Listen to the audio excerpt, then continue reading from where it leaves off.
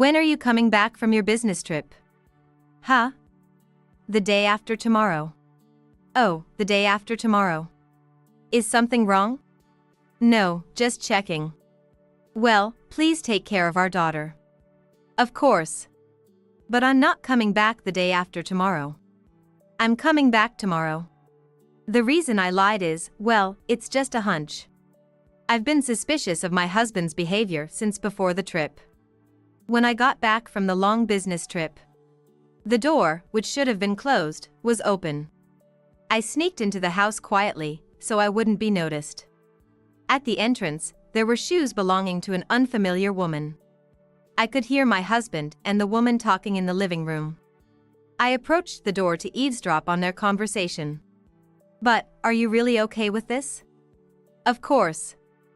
As long as I can be with you, that's all that matters. I'm so happy. And look, even this kid is attached to you, right? She must have accepted you as her mother. I'm gonna be her mom from now on. Just listening to their conversation made my skin crawl. Even though there was a child, they began to engage in intimate acts. Isn't this a bad place for that? It's fine. No one's watching. But, alright, let's go to the bedroom. Thinking they might come this way, I tried to hide, but it was too late. I had no choice but to brace myself. I took a deep breath. Hurry up. Then my husband opened the door. I'm home. Weren't you supposed to come back tomorrow? I never said that. What are you confusing it with? Don't lie to me. More importantly, who is she? She's not a friend, is she? My husband also looked like he had made up his mind. Why is she holding my child? When I tried to take the child from the woman. Hey, what are you doing? I should be asking you that. This is my child. That ends today. The woman looked at me and smirked. I'm leaving you to marry Nancy. So this is the end for you. My husband was so excited that he was breathing heavily. Unlike him, I remained calm. I had a feeling something like this might happen. The woman holding my child had a smug look on her face. Seeing that face irritated me. Don't look at me like that, it's disgusting. Aren't you the disgusting one? Huh? Then my husband defended the woman. Well, calm down. Thinking back, he never once came to see me when I went back to my parents' house to give birth. Why did I choose a man like him? Hey. I can hear you. Sorry, I meant for you to hear it. You're kidding me. Enough. Get out of here. I told you we're getting a divorce. But my husband didn't know. A divorce? Do you really think you can do that? What do you mean? Just what I said. Then I revealed a shocking truth to my husband and the woman. Upon hearing it, my husband went into a frenzy. But it was already too late for regrets. I'm Mia Johnson, 3 years older than my husband, Keith. We've been married for 5 years and I finally got pregnant. I'm 4 months pregnant now. My belly is starting to show a bit. How many months are you now? I'll be 5 months next week. Time flies. But are you sure it's okay for you to still be working? I'd like to stay home, but I can't afford to. Oh. When I found out I was pregnant, I planned to take maternity leave. However. Sorry, I got fired. What? What do you mean? Just what I said. They laid me off due to downsizing. It's ridiculous. Do they know how much I've contributed to the company? My husband was so angry, he trashed the room. Hey, calm down. I understand how you feel, but... You understand? You're probably mocking me too. Why would I mock you? Because you work for a better company than I did. That's irrelevant. I managed to calm him down after that. About an hour later, my husband finally calmed down. Sorry, I wasn't thinking straight. I know it's tough. Let's figure out what to do next together. Yeah. Because my husband was unemployed, I decided to keep working. In the meantime, my husband would look for a new job. Otherwise, we wouldn't be able to make ends meet.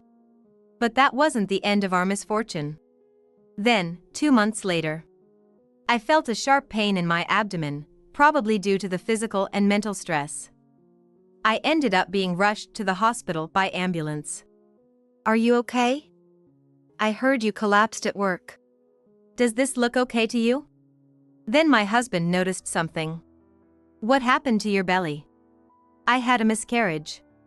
A miscarriage? You must be kidding. It's true. I couldn't even cry. Even though it was a child we finally managed to conceive. We had gone through fertility treatments because we couldn't conceive. There were times I almost gave up.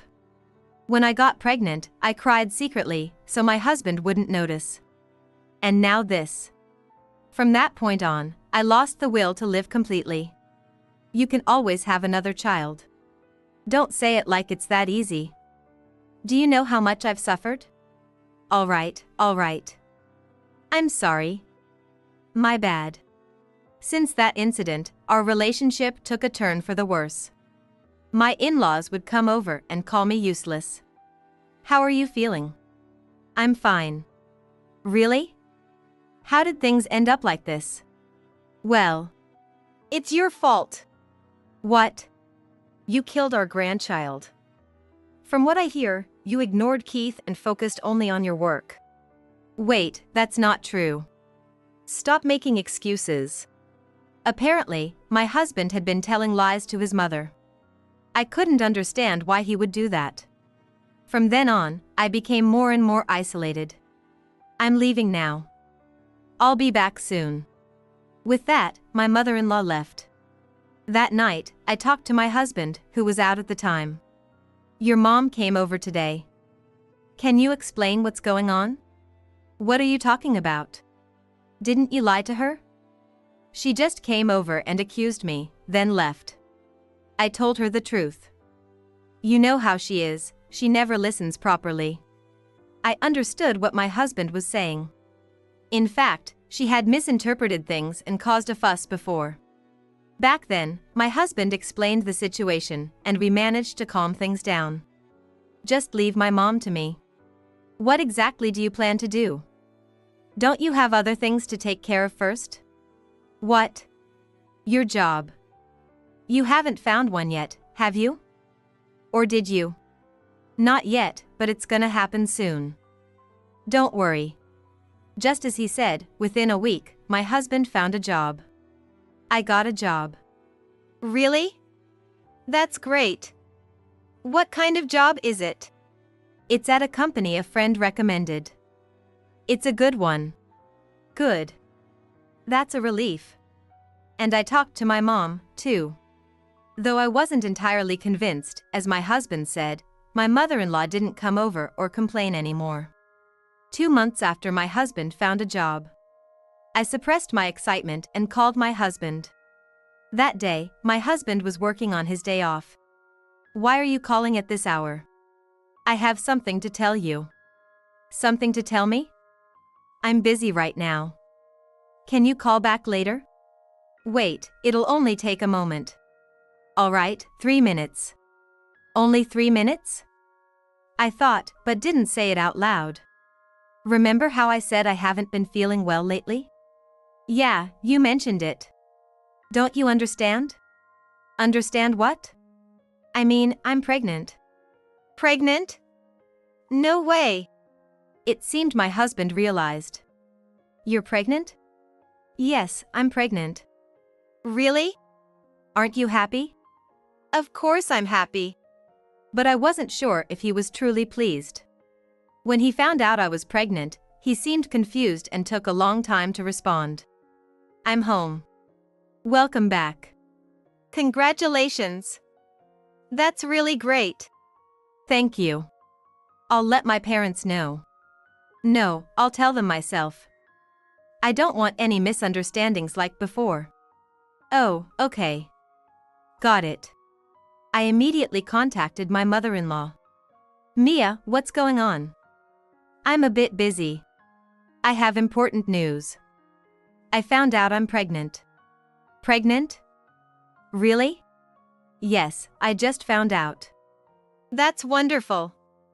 Now our family is secure. Life was peaceful after that. Everyone in the family was happy. By the way, do you think the baby will be a boy or a girl? It's too early to tell. Yeah, I guess you're right. After that, my husband became very interested in the baby's gender. He preferred a girl, just like the first time I was pregnant. But there was one person who disagreed. Are you joking?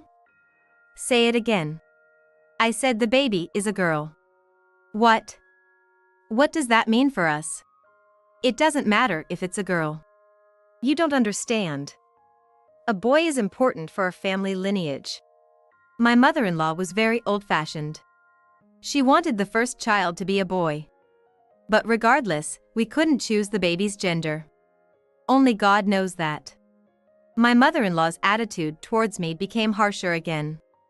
Calling me useless became the norm, causing significant emotional damage. She would come over and do as she pleased, even though I was pregnant. I'm a guest. Hurry up and serve me tea. Got it. I decided to follow her instructions, knowing that being defiant wouldn't lead to anything good. The problem was that my husband was involved in. Even though he said he wanted a girl, he changed his mind and started saying he wanted a boy. Watching the interactions between my husband and mother-in-law, it was clear he couldn't oppose her.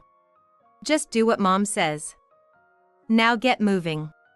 My husband was acting like a fox borrowing the authority of a tiger. He didn't do any housework but complained as if he had the right. As time went by, my belly grew larger and the due date approached. I decided to give birth at my parents' house. I called my mother, who lived alone. Okay. Come back whenever you want. Thanks, Mom. So, I forcefully returned to my parents' house.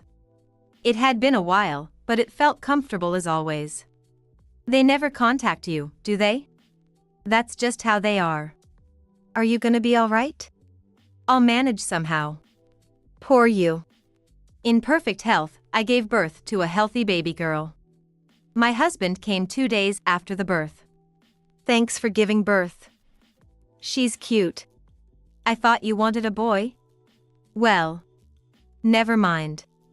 I was just so happy that she was born healthy. But I couldn't take it easy for long. Only 2 months after giving birth, I had to go on a business trip. I hurried home to report it to my husband. However, hello? Sorry, but I'll be home late tonight. Go ahead and sleep without me. Late again tonight? I can't help it. That's my position right now. I understand, but anyway, I'm a bit tied up at the moment. Wait a minute. The call ended. Damn it, what's going on? Suppressing my frustration, I was heading towards the station. Huh? Is that you? The person who called out to me was the last person I expected. Tully? Is that you? It is. Mia, right? Meeting you here is such a surprise. I'm surprised too and couldn't help calling out. Do you have some time now? My husband is working late tonight, so I have time. So, I reunited with a high school classmate. We decided to go out for dinner and reminisced about the old days. I've always wanted to thank you, Mia. Thank me? Yes. Do you remember the graduation ceremony? Of course. I helped you confess to your crush. Those were the days. Well, the guy I confessed to is now my husband. Really? Yes, really. How about you? Compared to the happy Tully, my situation was... Well, I'm married and have a child. Congratulations! But things haven't been going well recently. By the way, this is my husband. I showed her a picture of him. Huh? This person. What's wrong? I think someone like him recently joined our company. We exchanged contact information that day. A week later, I heard some shocking news from Tully. I decided not to tell my husband and asked her not to inform him either. While all this was happening, the day I had to leave for my business trip arrived. I think I'll leave Millie with my parents. What?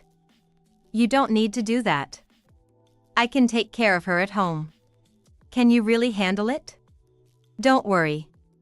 If anything happens, my mom will help. I didn't like relying on my mother-in-law, but it was better than leaving my husband alone with the responsibility. All right. Please take good care of her. Leave it to me. Then I left for a month-long business trip. The trip itself went smoothly without any issues. I called regularly to check in, and it seemed my husband was taking care of things better than I expected. Initially, he contacted me frequently, but after 2 weeks, his calls stopped completely. Even when I reached out, he only responded about 1 out of 3 times. Why aren't you answering the phone? I'm sorry. I've been really tired lately. But I'm sending you photos, right? Isn't that enough? Yeah. Okay, talk to you later. I knew arguing wouldn't solve anything, so I didn't pursue it further. However, another problem arose. He started asking more about when I would return. It didn't seem like he wanted me back early. It felt more like he didn't want me to come back or was trying to monitor my actions. What both scenarios had in common was that he was likely up to no good. As the trip was ending, I was set to return the day after tomorrow. When are you coming back from your business trip? Huh? The day after tomorrow. Oh, the day after tomorrow. Is something wrong? No, just checking. Well, please take care of our daughter. Of course. But I'm not coming back the day after tomorrow. I'm coming back tomorrow. The reason I lied is, well, it's just a hunch. I've been suspicious of my husband's behavior since before the trip. When I got back from the long business trip, the door, which should have been closed, was open. I sneaked into the house quietly, so I wouldn't be noticed. At the entrance, there were shoes belonging to an unfamiliar woman. I could hear my husband and the woman talking in the living room. I approached the door to eavesdrop on their conversation. But, are you really okay with this? Of course. As long as I can be with you, that's all that matters. I'm so happy. And look, even this kid is attached to you, right? She must have accepted you as her mother.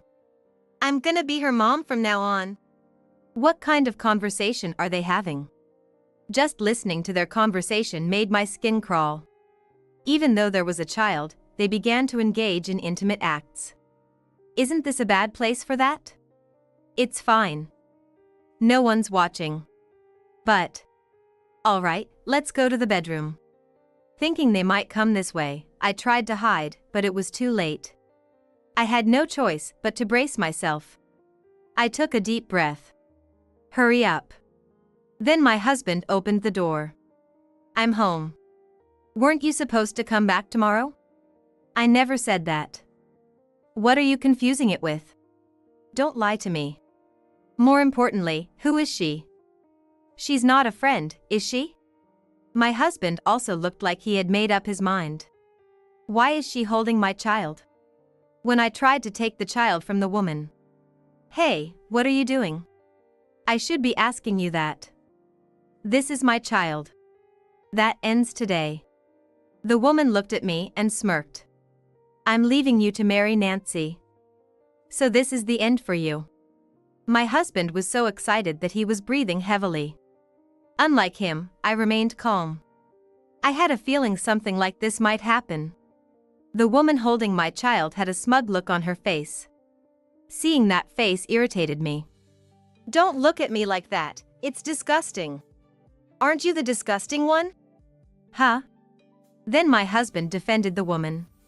Well, calm down. Thinking back, he never once came to see me when I went back to my parents' house to give birth. Why did I choose a man like him? Hey. I can hear you. Sorry, I meant for you to hear it. You're kidding me. Enough. Get out of here. I told you we're getting a divorce. Before anything else, tell me who that person is, and how you met her. Well, since it's the end, I'll tell you. My husband laughed as he explained. His mistress's name was Nancy Hill. She's 25 years old and works at a bar. They met when his coworker took him there. I see. So that's why you were coming home late. Everything he said made sense. As he kept going to the bar, they hit it off and started meeting outside of work. She's young and beautiful, after all. That's right. She's nothing like you. He said so while pulling Nancy closer to him. It was as if he was flaunting her in front of me. But my husband didn't know. A divorce? Do you really think you can do that? What do you mean? Just what I said. You're just being a sore loser. Yeah, just leave, old lady. That's why you can't get a divorce. It's obvious if you think about it. They were completely unaware of their own foolishness. It was pathetic. I couldn't help but think I never wanted to end up like that. Then I revealed a shocking truth to my husband and the woman. Upon hearing it, my husband went into a frenzy. But it was already too late for regrets. Your company's CEO is Tully, right? How do you know that? Well, Tully is my high school classmate. I had a feeling it might be her. She never mentioned that to me. Of course not. I told her not to say anything. That day when I had dinner with Tully after a long time, I learned she was now working as a CEO. My husband wasn't particularly good at his job. He was favored only because he was my husband. In other words, the reason you have a good position at your company is because you're my husband. That's a lie. Then how about we call her right now and ask? Divorcing me meant losing his current position. And if I asked, Tully would fire him easily. That's how grateful Tully is to me. So, what do you want to do? I don't mind if you still want a divorce. My husband's face turned paler and paler. Are you okay?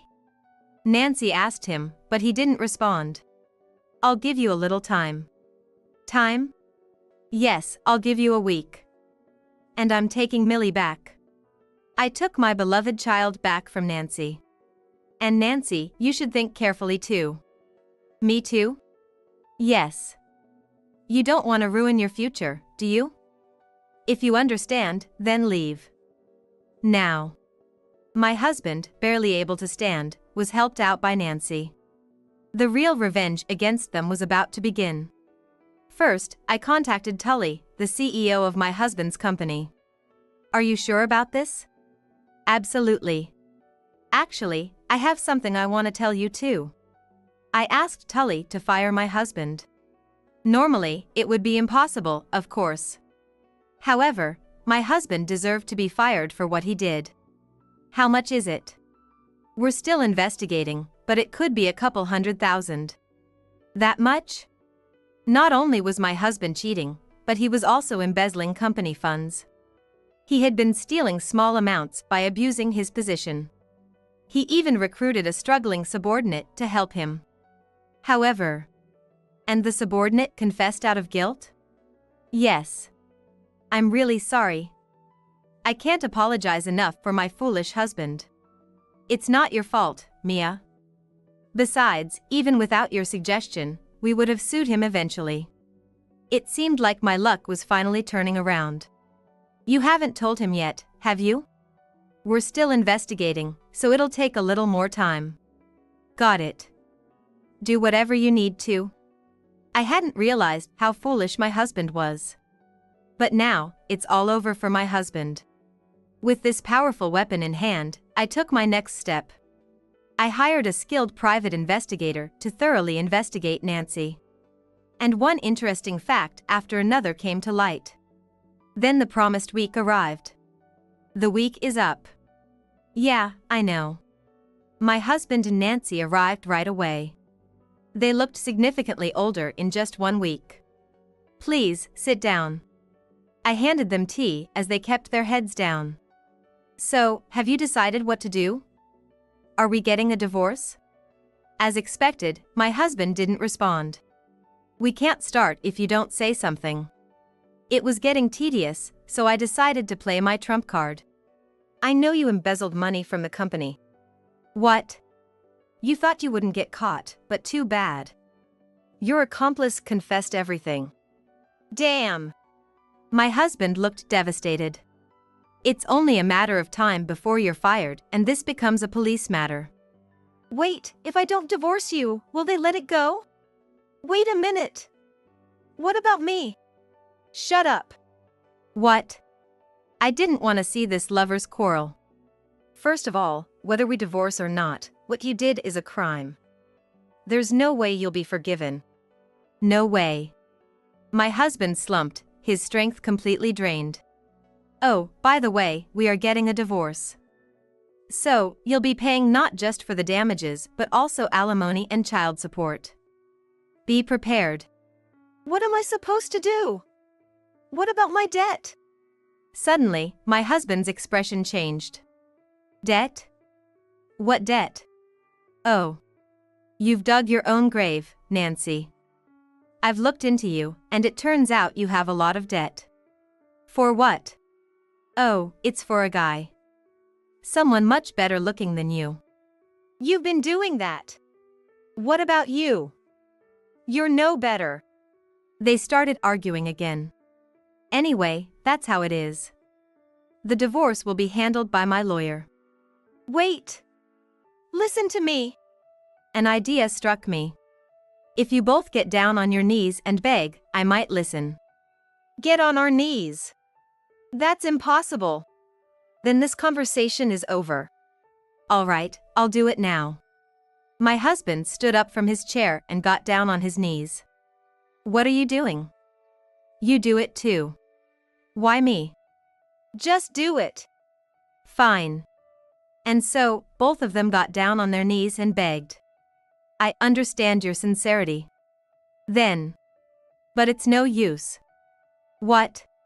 I mean, what you did is meaningless. So, if you get that, just disappear. Don't mess with me. My husband stood up and raised his fist. Don't you hear the sirens? What? Should you be hanging around here? You'll get caught. Damn. Nancy, let's go. Wait a minute. They rushed out of the house in a panic. Hell is the only thing waiting for them now. They'll regret ever making an enemy of me for the rest of their lives. After that, my husband was never arrested. But there was a reason for that. According to Tully, they made an agreement that instead of being handed over to the police, he would be fired and repay all the embezzled money. Tully, thank you. Sorry for the trouble. It's all right. It feels a bit unresolved, though. Not at all. Let's have dinner again once things settle down. Yes, definitely. I divorced my husband, and he was ordered to pay alimony and child support. 6 months later, I was happily living with my child. Even my mother-in-law, who had always treated me as an enemy, apologized to me after this incident. She completely took my side and disowned my husband, cutting off all support. I felt much lighter. One day, as I was trying to forget about my ex-husband. What are you doing here? My ex-husband and Nancy showed up in front of me. They were thin and wearing shabby clothes, a stark contrast to how they used to be. It was clear that they were struggling financially. This is all your fault.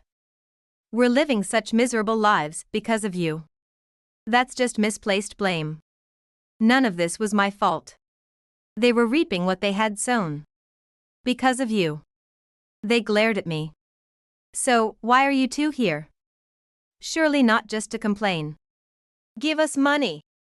What? I know you got a promotion recently. I don't know what tricks you used, but you must have a lot of money now. How did you know? I can hire a detective too. That's impressive, but I got my promotion on my own merit. Don't compare me to you.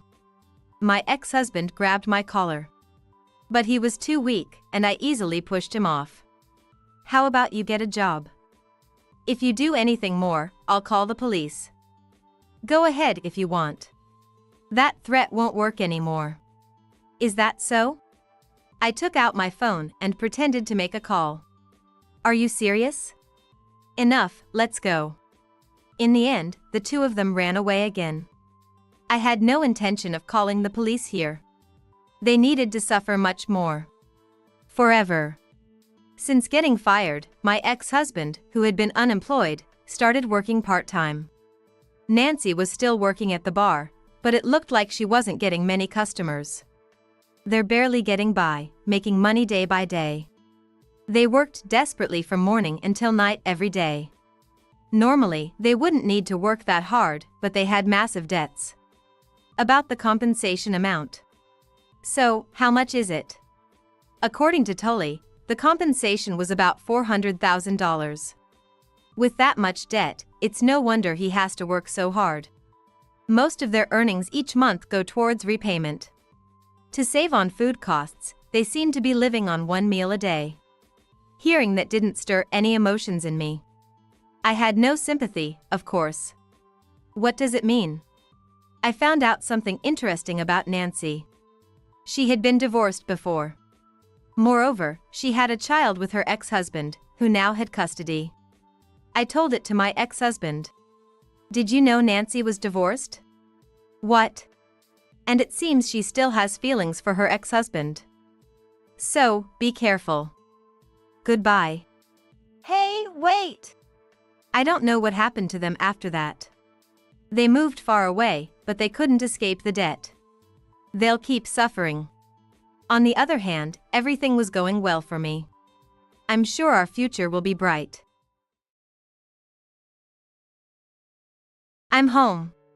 It was a cheerful voice, uncharacteristic of my husband recently. Peeking into the entrance, I was met with a shocking sight. Oh, here she comes. John, what's that? John had brought home 2 secret children and his mistress, holding their hands. Good evening. Is this John's wife? She looks so pitiful. Compared to Miranda's beauty, she's a joke. Well, I am indeed beautiful. The mistress, Miranda, said this proudly, puffing out her chest. Miranda is a great woman who supports me well. But Kat, she's useless. A wife who can't even do that. How incompetent. Did you see her shocked face? Laughing, they both looked at me with contempt. Yes, it's truly hilarious. Bet you never thought I'd be having an affair with such a beauty, did you? And with such cute kids, too. You didn't know, right? They laughed together, mocking me. Now do you get it? It's time to cut ties with this foolish and oblivious family. Beside me, my daughter, who had appeared without me noticing, sneered. Oblivious? You're the ones who are oblivious. Let me teach you a lesson. Then my daughter began to speak calmly. My name is Kat, a 43-year-old housewife. I married John through an arranged marriage. While arranged marriages might seem devoid of love, we both fell in love at first sight. Unusually, we both fell for each other at the arranged meeting. Thinking back to that meeting still makes me a little embarrassed. You're much more wonderful in person than in your photo. You're beautiful too, Kat. A moment of silence, then. Well. We both spoke at the same time. So sorry. But let me say this first. Looking straight into my eyes, John said. Will you marry me? Of course. And that's how we happily got married. Our relationship was good, and a few years later, we were blessed with a daughter. Her name is Susie. As Susie grew, she began to show a somewhat unusual sense of things. It wasn't that she had problems. There were just moments when I felt she was different from other children. This became more noticeable when she started school. Hey, don't you think Susie's been acting strange lately? Huh? I don't think so. John responded while playing a game on his phone. It was hard to tell if he was really listening. I'm busy with work, so I leave Susie to you. Maybe I just don't know her well. Maybe I'm overthinking. Well, kids change as they grow, right? John dismissed it lightly. Yeah, you're right. I realized there was no point in discussing it further with him. But there were many things about Susie that concerned me. There's a part of her that's more mature than other kids. She has an oddly sharp intuition or a certain sense about things. Her school grades aren't particularly good, but that's because she says she understands most of the material just by reading the textbooks, so she doesn't study much on her own. If she tried, schoolwork would probably be a breeze for her. I thought this over by myself. That's it. I should have Susie take a psychological test. There's no time like the present. I found a counselor online who seemed like a good fit for my daughter. She was a kind-looking woman with a clinical psychologist license. A few days later. Thank you for seeing us today, Nora. The counselor greeted us with a gentle smile, as you'd expect from someone in her profession. You're welcome. So, you must be Susie? She addressed Susie, who had been silent since we entered the room. Yes. I had suggested straightforwardly to Susie, now a middle schooler, that she take a psychological test, and that's why we were here. There's no need to be so nervous. It's just a psychological test. It will help reveal your personality traits and even your IQ. You might discover something new about yourself. Look forward to it. I then stepped out to wait for my daughter to finish her test. I felt nervous myself, making the waiting time seem very long. A few hours later, the counseling room door opened. Mom, I'm done. Susie greeted me with a slightly pleased expression. It seemed the counselor had successfully eased her initial anxiety. Nora, how did it go? Seeing my nervousness, Nora smiled kindly and offered me a seat. Yes. First, here's Susie's personality analysis report. She has a strong sense of justice, but not so much that she forgets to respect others. Isn't that a wonderful trait to have as a person? Susie is a very kind girl, Kat. Susie smiled bashfully.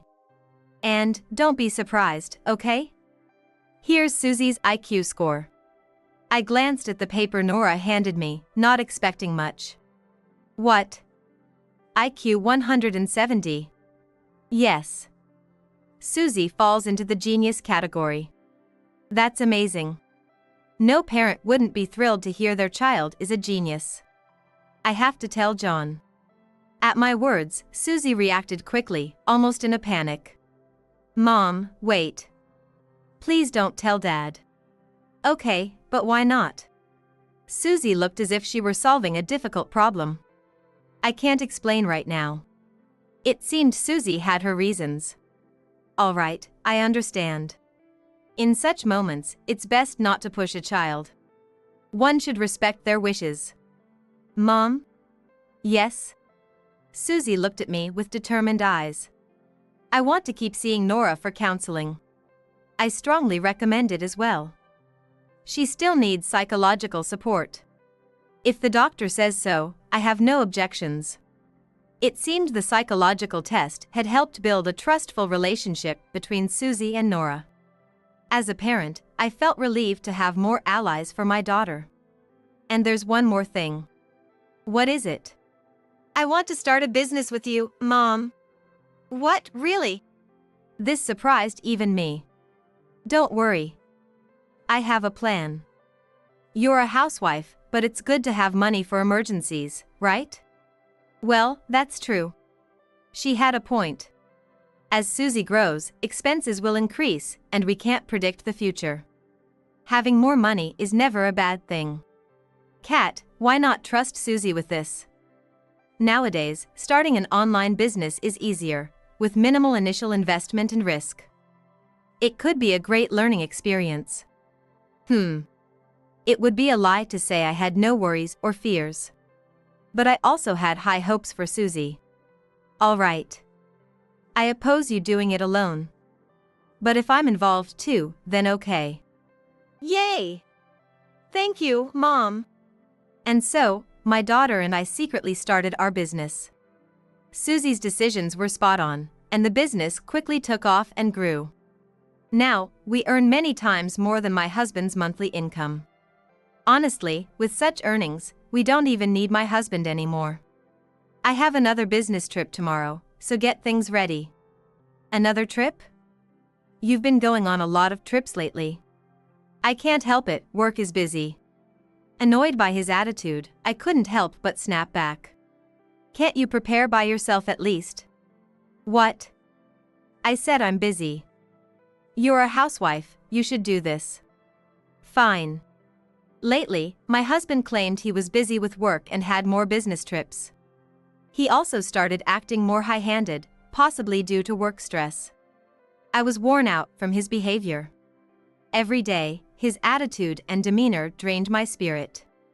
Honestly, I was losing confidence in his love for me. I wonder what John thinks of me. One day, Susie called me to her room. I wondered if it was about business. I quickly finished my chores and headed to Susie's room. Sorry to keep you waiting, is something wrong? Mom, do you love Dad? Her sudden question startled me. What? Why do you ask? Of course, I do. I see. Susie seemed to ponder for a moment, then spoke with determination. There's something I need to tell you about Dad. She took a photo from her desk drawer. Here, take a look at this. I had a bad feeling but couldn't help looking at the photo. This is. It showed my husband entering a hotel with an unfamiliar woman. Dad is having an affair. No. John would never. I wanted to deny it. But with such evidence in front of me, I was too shocked to speak for a while. I'm sorry, Mom. I didn't want to hurt you. But I couldn't keep it a secret. What do you mean? If you want to strike back at Dad, now's the time. Strike back. Yes, strike back. We'll get back at the person who hurt you. Don't you want to? The thought of striking back at someone I've loved until now felt strange. I can't forgive Dad for hurting you, Mom. Susie said this with tears in her eyes. I realized that she wanted to do this for me. In that case, I wanted to honor my daughter's feelings. My daughter is more important than a cheating husband. All right. Susie, thank you. Let's strike back. Yes. I'll do my best for you, Mom. Susie smiled with bright, sparkling eyes, looking incredibly adorable. Thank you. And so, we decided to strike back at my husband. This was the beginning of my genius daughter's revenge. All right, let's get started. Mom, look at this too. Susie pulled another photo from her desk drawer. I took it and looked at the picture. This is the same woman from before? The photo showed the woman with another man I didn't know. Yes.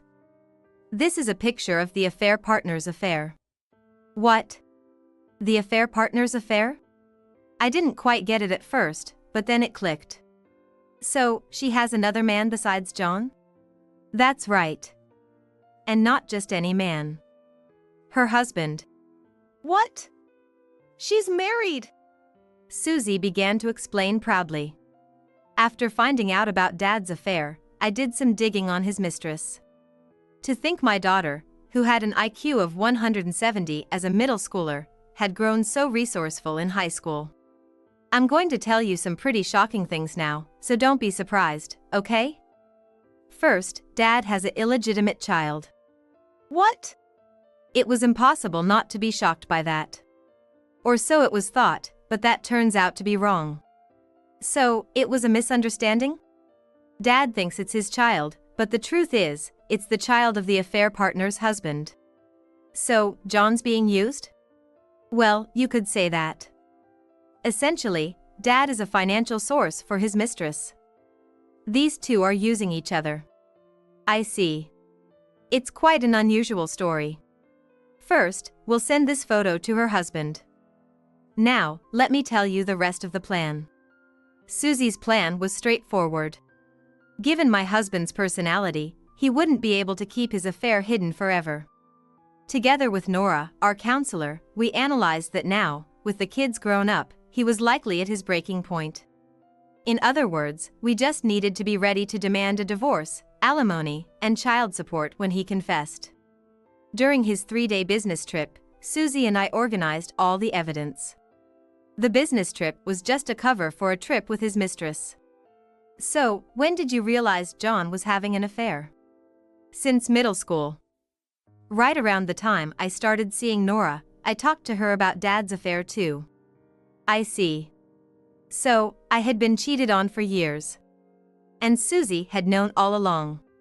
How must she have felt? I must have caused my beloved daughter a lot of distress. Alongside my sadness, I felt a rising anger. 3 days later. It was the day John was coming back from his business trip, or rather, his affair trip. I'm home. It was a cheerful voice, uncharacteristic of my husband lately. Peeking into the entrance, I was met with a shocking sight. Oh, here she comes. John, what's this? John had brought home 2 illegitimate children, holding hands with his mistress. Good evening. Is this John's wife? She looks so pitiful. Compared to Miranda's beauty, she's a joke. Well, I am indeed beautiful. The mistress, Miranda, said this proudly, puffing out her chest. Miranda supports me well, unlike her. A wife who can't even do that. How incompetent. Did you see her shocked face? Laughing, they both looked at me with contempt. Yes, it's truly hilarious. Bet you never thought I'd be having an affair with such a beauty, did you?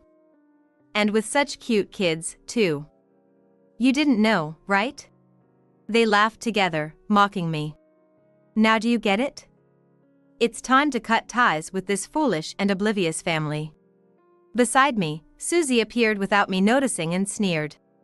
Oblivious? You're the ones who are oblivious. Let me teach you a lesson. John seemed to be misunderstanding something, but I was genuinely shocked. Because everything happened just as Susie had predicted. He confessed by himself. I had thought it was unlikely, but it turned out my husband was more foolish than I imagined. First of all, let me say this. How dare you hurt Mom? I will never forgive you. Never forgive me? Ha! What can a high schooler do? Sorry, John, but the ones who are foolish and oblivious are you too.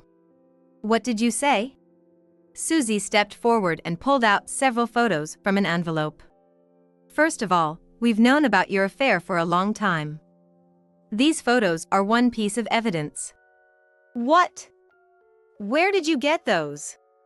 John's face turned visibly pale. And that's not all. Your affair is also clear from your credit card statements. She produced statements showing hotel and travel expenses. We've already consulted with a lawyer. So, you'll be receiving these.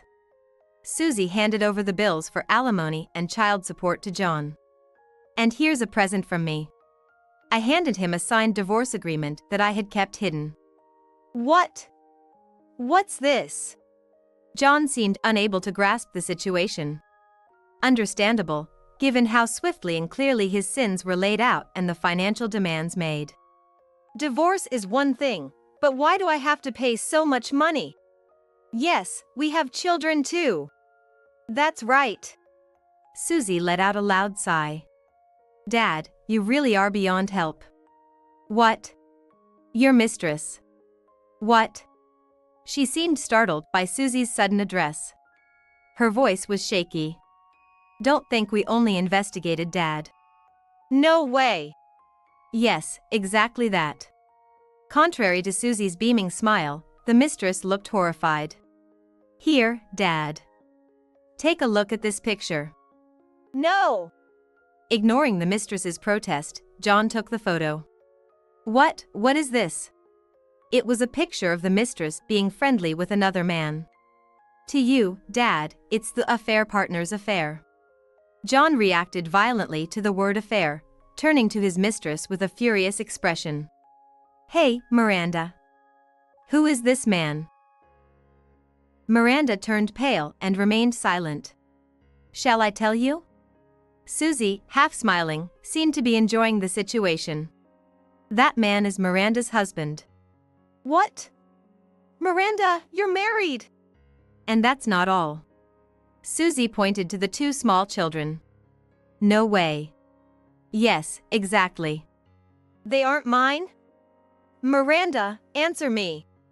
Gripping the children's hands tightly, John's desperate expression was met with a response that dashed his hopes.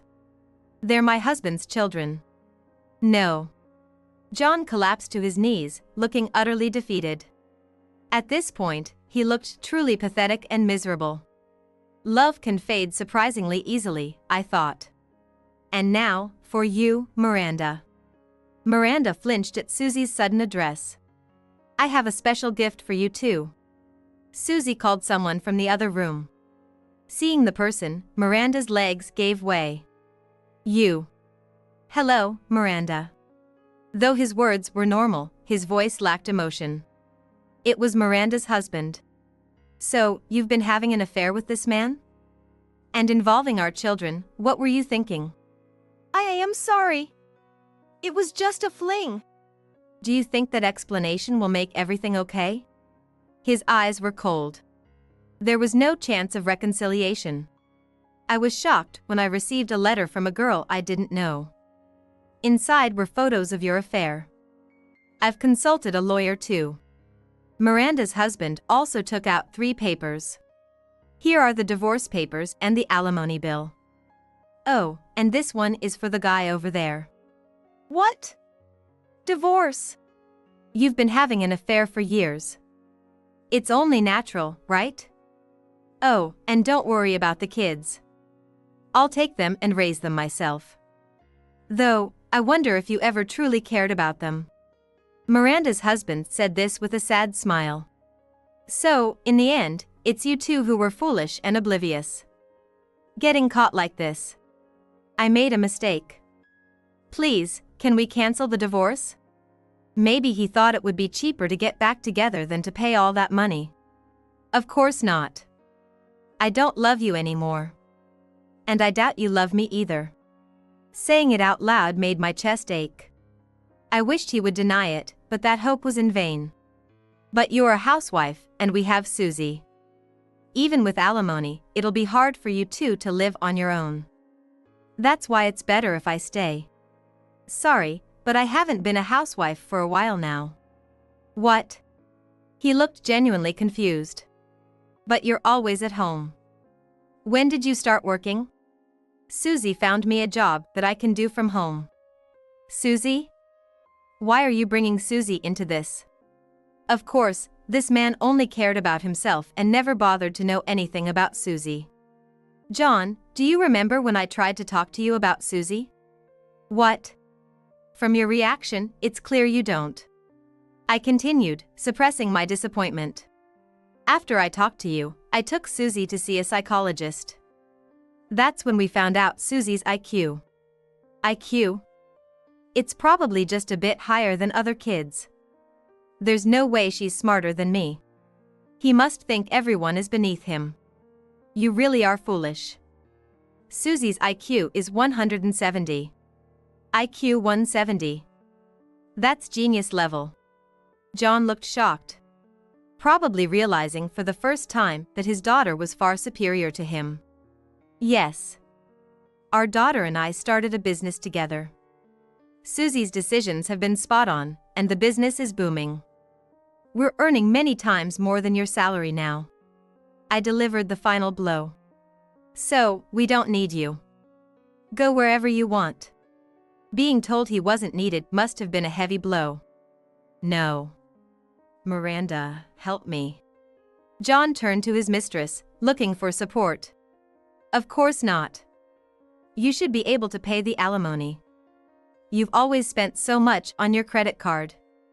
You have enough money to buy me brand name goods. And didn't you say you were in the upper management of a top company?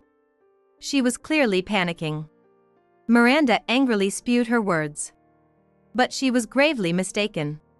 How funny. Dad, did you really tell your mistress all that? Despite her bright laughter, Susie's tone dropped as she delivered the final blow. You're just a lowly janitor. Damn. What? You've been lying to me all this time. Unbelievable. I only came along because you said you'd provide for me. At her words, John's brows furrowed. You were only after my money. Of course. Who would stay with someone like you otherwise? I'm done with you. You always said you loved me. The two of them started to argue loudly. I didn't know either. John said he was promoted from janitor to sales, and I believed him. I never thought he was lying. I felt a pang of hurt realizing my husband had lied to me too. I'm sorry, Mom. I should have told you earlier. Susie apologized, looking downcast. I loved that kind, caring side of her. It's okay, Susie. It's not your fault. Meanwhile, the two continued their argument, making a scene. It was truly pathetic. I apologize for my wife's actions. If you hadn't informed us, I would have been left in the dark, unable to take any action. No worries, my husband has caused you trouble too. As we spoke, Susie stepped forward, clearly fed up with the quarreling pair. Hey, you two, how long are you going to keep up this stupid fight? She marched over, pulling the two children away from them. Think about the kids. They're innocent in all this. Seeing Susie's saddened expression, both John and Miranda fell silent. And, Miranda, I'm also going to demand alimony from you. No. Miranda bit her lip in frustration. I should never have gotten involved with this man. With a cliched parting remark, she fled the scene. Her husband quickly followed after her. Thus, our revenge plan came to an end. Damn it! How did it come to this? I should be the one complaining. It's all because of you and that girl.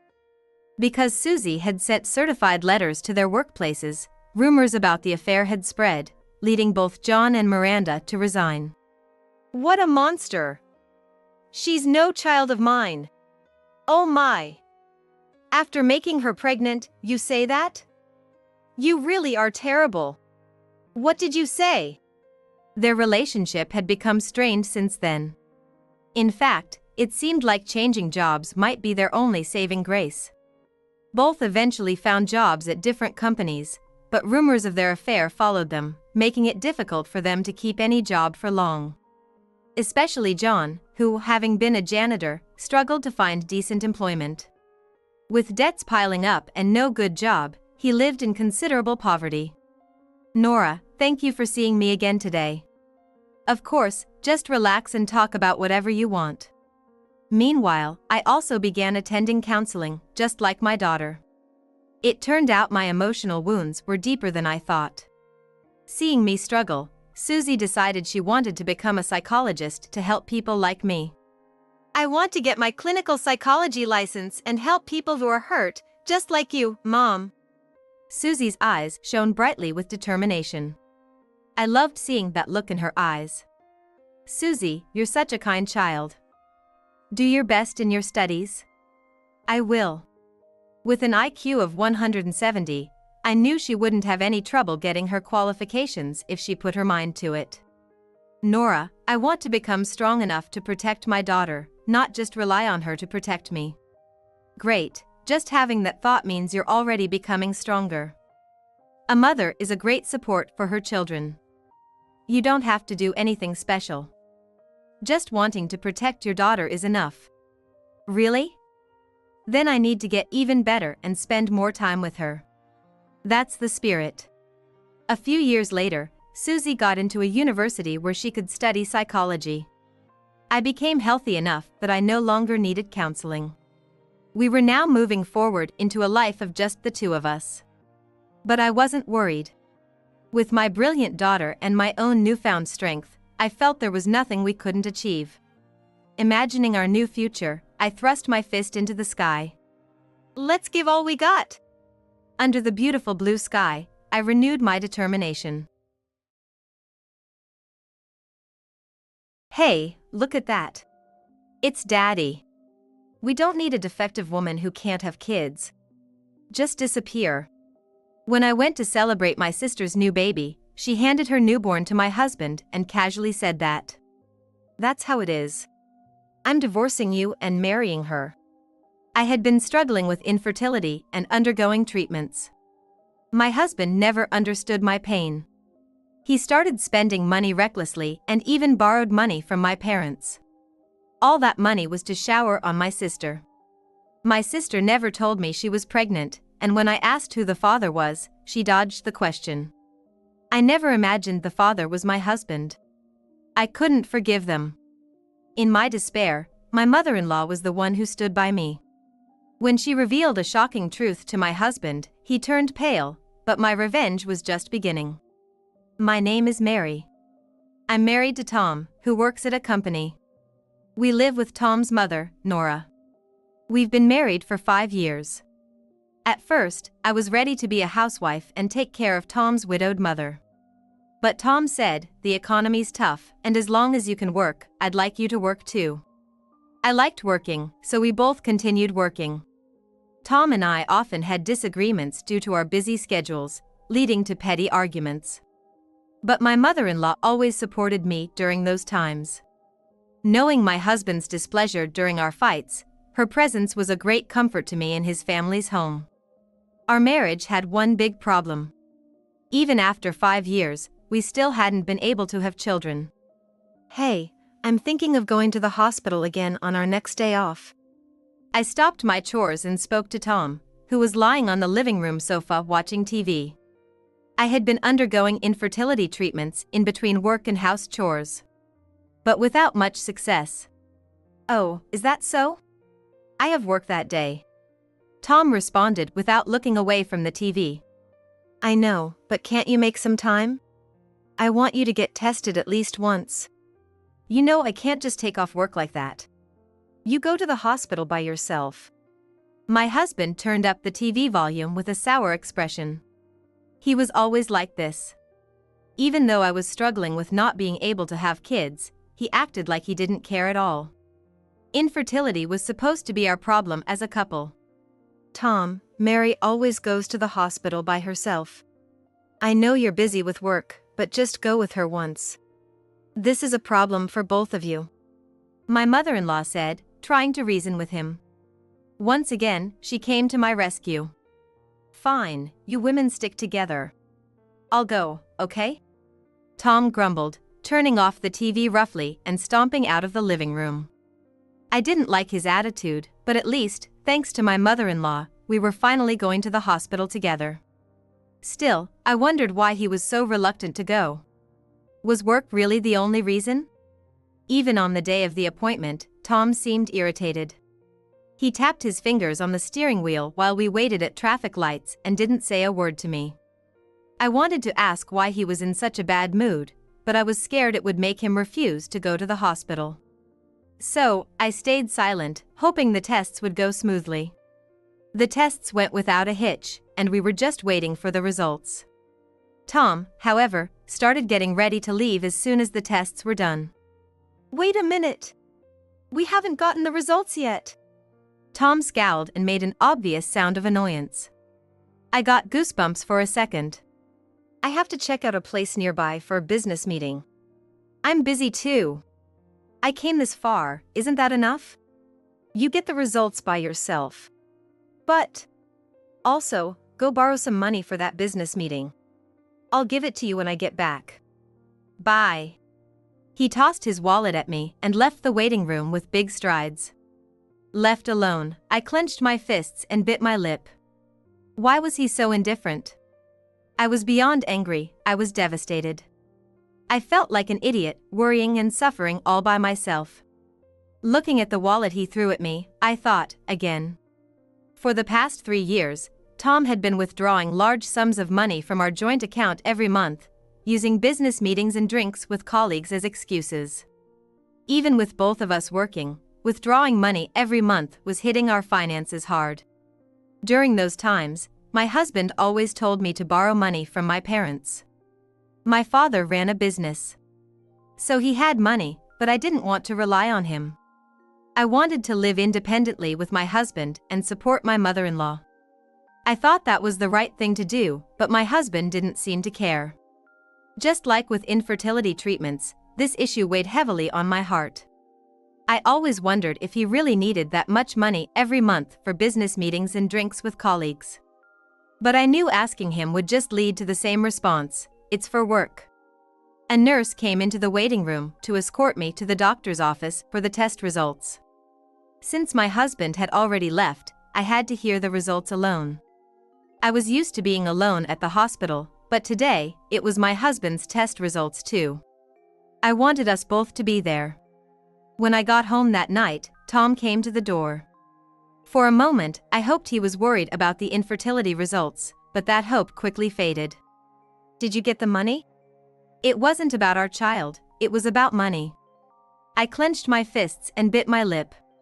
Before taking off my shoes, I firmly told him I wouldn't borrow money anymore. His face twisted with anger. Why didn't you get the money? I told you we need it for business meetings. I didn't back down. It's too much money every month. I can't keep borrowing. Do business meetings really cost that much? It's my job. It can't be helped. Again? You always say the same thing. I've never heard of a job like that. I don't want to rely on my father anymore. I want us to manage on our own. What? Don't act high and mighty when you can't even have kids. I said we need the money. It's for work. Supporting me is your job as my wife. I got goosebumps again. My husband looked at me with contempt, as if I were some kind of animal. His eyes were cold, like I wasn't even human because I couldn't have kids. I couldn't take it and stared down the hallway towards my mother-in-law's room. She might have already gone to bed. I wondered if I should tell her about what happened today. In the end, I decided to visit my parents instead. Sitting across the table from my parents, my father sighed and said, "Again?" He reluctantly placed the money on the table. "You need to think this through more," he added. I kept my head down, clenching my fists and biting my lip. Why did I have to go through this? Maybe I was wrong to borrow money, as my husband asked. But it wasn't my fault. It wasn't my fault. Hey, Mary! Long time no see. How have you been? What brings you here today? By chance, my sister Meg had also come home that day. I couldn't tell her I was there to borrow money. She thought my husband and I were living well. I didn't want to worry about her money. As I was trying to change the subject, I noticed she looked much fuller than before. Meg, are you? Oh, did you notice? Yep, I'm pregnant. She said casually. I was too shocked to speak. I never imagined my sister was pregnant. My parents didn't know either. We asked her about the father, but she only said he was an elite at a big company and would be a CEO in the future. At least she could tell me his name. I felt uneasy about my sister's vague answers, but no matter how much I asked, she only gave me evasive replies. Eventually, I learned nothing more. 6 months later, my sister gave birth safely. I went to visit her in the hospital, bringing flowers despite thinking I might be a bother. When I opened the door to her room, I expected to see my sister, her baby, and her husband. But there was Tom, my husband. Tom, what are you doing here? I told you Meg had the baby, but I didn't expect you to come. I said, surprised. Tom smiled strangely. It made me feel an eerie sense of fear. He suddenly picked up my sister's baby. Look, it's Daddy. I couldn't comprehend what my sister just said. Daddy. Did she just call Tom Daddy? Tom, with a smile I had never seen before, gently rocked the baby. Tom, what's going on? I managed to ask, though my head was spinning. Let me say it. We don't need a defective woman who can't have kids. Just disappear. Before he could answer, my sister said, I'm divorcing you and marrying Meg. Tom smirked. I dropped the flowers I brought and stood there in shock. What was I hearing?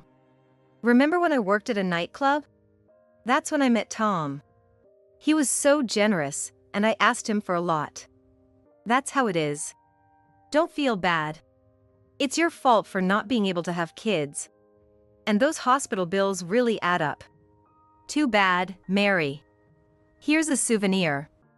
Just sign it and you're done. Tom laughed and handed me a divorce paper.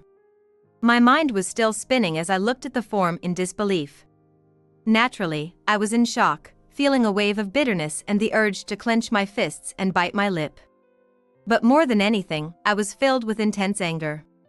Anger at having loved such a man and having considered such a sister as family. I started to recall Tom's behavior. My sister mentioned how generous he was, and he said that hospital bills were expensive. It was clear that all the money I borrowed from my parents had been spent on them. And despite my efforts with infertility treatments, he was completely uncooperative. It all made sense. I took the divorce papers from Tom without saying a word, leaving the flowers on the floor as I walked out of the hospital room. Their ugly laughter followed me until the door closed. That same day, I submitted the divorce papers at a lawyer's office and made a vow on my way back. I would get revenge on those two. That night, after finalizing the divorce, I went home to gather my belongings. To my surprise, Tom was already there. "What are you still doing here?" Tom said cheerfully, lounging on the sofa with a beer in hand, watching TV. I thought that beer must taste especially good after betraying someone so thoroughly. But I wanted him to know his carefree days were numbered. I wasn't just there for my belongings, I was there for revenge. "Welcome back, Mary." "Tom, what do you mean by that?" "Mary, what happened?" My mother-in-law asked worriedly, standing between us. It seemed Tom hadn't told her about my sister. My chance for revenge had come sooner than expected. Though we were now strangers, I was sure my mother-in-law would still support me. I first told her about Tom and my sister's baby, and how he had been spending large amounts of money on my sister. I explained how I had to borrow money from my parents to cover it. My mother-in-law was understandably shocked. "Tom, aren't you ashamed of what you've done? How could you be so shameless? You've even caused trouble for Mary's family. Your father would be so heartbroken if he were alive." She scolded Tom fiercely and cried. It was no wonder. He truly was a foolish son, wasn't he? But Tom just laughed, his expression unchanged. "What are you talking about, Mom? Now you can finally see your grandkid. Isn't that great? If I'd stayed with this woman, it never would have happened. She's a defective woman who can't have kids." He took a swig of his beer, looking pleased with himself. His words were so cruel that anyone else would have burst into tears. But they didn't affect me at all. Seeing his lack of remorse, I realized it was time to reveal the secret I'd been keeping. This was my chance for revenge. I was about to speak when I met my mother-in-law's eyes. She gave me a small nod. I understood her intention and decided to let her handle it. Since we were already strangers and he looked down on me so much, I thought hearing it from his own mother would be more effective. It would likely have a greater impact and fulfill my revenge better than if I told him myself. "Actually, Tom, there's something we've been keeping from you. You're the one who can't have kids." Tom was bewildered by the sudden change in his mother, who had been distraught just moments before. "What are you talking about, Mom?" "I just told you, I have a kid with Mary's sister. Remember about 6 months ago when you went to the hospital with Mary for tests? It turns out you're infertile. You left before hearing the results, but Mary told me that night." Tom was so stunned by the sudden revelation that he remained frozen, beer foam still clinging to his lips, unable to move. "We kept it a secret to protect you, but look at what you've done." Tom jumped up, slamming the beer can on the table. "That's nonsense. The doctor made it up to get money. I don't believe it." His face turned even redder than when he was drunk. I remained calm and said, "Then let's visit other hospitals and check." "Fine. I'll prove you wrong, you defective woman." A few days later, we went to another hospital. And the results were the same. Tom was infertile. Tom froze, beer foam still on his lips, unable to move. "We kept it a secret to protect you, but look at what you've done," she continued. Tom jumped up, slamming the beer can on the table. Tom sat in the hospital waiting room, unable to hide his confusion, and then, to my surprise, he suddenly started crying. I thought nothing could faze me anymore, but this did. Inside, though, I was thinking, serves you right. My tightly clenched fists turned into a victorious gesture, and I felt the tension in my bitten lip relax. But my revenge wasn't over yet. After all the humiliation I endured, I needed to make them suffer more. I still had another card to play. Tom, realizing the baby wasn't his, stopped crying and stormed into the hospital where my sister was staying. I followed, ready for more revenge and to witness the scene. Meg! What the hell is going on? Isn't that baby ours? Have you been lying to me all this time? Tom yelled as he burst into the room, his anger palpable. My sister, looking confused, sat up in bed. I stood behind, watching with satisfaction. The baby, unaware of the chaos, slept peacefully in the small crib beside her. What are you talking about? How did I lie to you?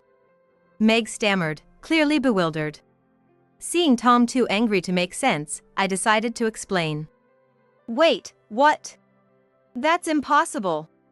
This is definitely your child, Tom. The test must be wrong. Meg insisted desperately, pointing at the sleeping baby. Shut up. I don't believe you. Tell me, whose baby is this? Tom shouted, pointing at the baby. His rage was so intense that no amount of denial from Meg would calm him down. You're awful, Mary. Just because you can't have children, you're doing this to me? Do you hold a grudge against me? Meg finally turned on me, making me scoff. How could she say that? But this was just the beginning. I had something else prepared for my revenge. Can you still say that after seeing this? I said calmly, handing her a piece of paper. Meg frowned as she took it. It was a report from a private investigator. I had you investigated. It turns out you have another man you're living with, a so-called YouTuber. He's the real father, isn't he? I scattered the report and photos of my sister with the other man across her bed. Meg's face went pale, and she looked like she might pass out. Tom picked up the photos and, filled with rage, threw them at her. You've been planning this from the start. You tricked me and had a baby with this guy. Was I just a cash cow to you? I did everything for you, and it was all for this guy? Meg, cornered, couldn't speak for a moment. Then, suddenly, she glared at us with a defiant smile on her face. So what if you were a cash cow? At the bar, you always ordered the most expensive drinks and bragged about being an elite with a high salary and a future CEO. I was with you for the money. What else did you have to offer? She spilled everything. Watching it, I couldn't help but think how foolish she was. Tom, speechless, stared at the photos of Meg with another man. He looked pitiful. Deceived by someone who showed no remorse. But I had no sympathy for him. I still had another card to play. Too bad. This man never had any money. All the money he spent came from me, working hard and borrowing to support his lifestyle. I spoke coldly, full of years of pent-up resentment. Shut up. You have no right to talk to me like that. I don't want to see your face. Get out of here. Tom screamed, his face red with anger. He was beyond pathetic, revealing his true, ugly self. Thinking he shouldn't continue his disgraceful behavior in the hospital, I decided to play my final card. I discreetly sent a message on my phone. Shortly after, Tom's phone rang. I smiled. I watched his face turn from red to pale as he answered. What's wrong? I knew what the call was about, but I asked anyway just for fun. I've been transferred to a rural area. Starting next month. Seeing the pitiful man, lost in thought, I mentally did a victory pose.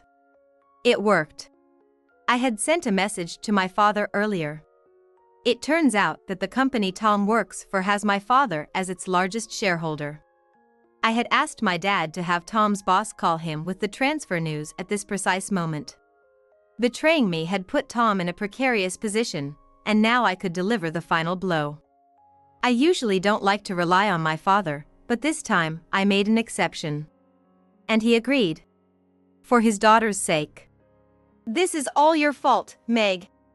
If you hadn't lied, I wouldn't have left her. I wouldn't have been transferred either. He was beyond pitiful now, more pathetic than ever. Oh, please. You lied to me too, pretending to be rich. I wouldn't have dated you if you weren't. Your face isn't even my type. Meg shot back, just as foolish as ever. The two of them started a loud argument in the hospital room, waking the baby, who began to cry. A nurse rushed in and scolded them both harshly. Watching them shrink under the nurse's reprimand, I felt a sense of satisfaction. It was no different from when my mother-in-law or my parents scolded them. My revenge was complete. Finally, I glanced at the crying baby and thought, maybe you're the real victim here, and left the hospital with a small smile.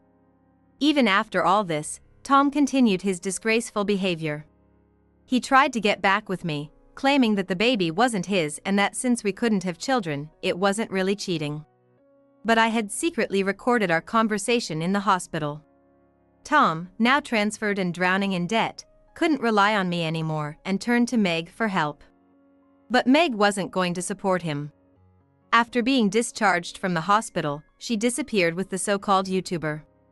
Betrayed and desperate for revenge, Tom became a stalker, obsessively showing up wherever Meg posted on social media. Unable to tolerate Tom's stalking, the so-called YouTuber left my sister and the newborn baby behind and disappeared.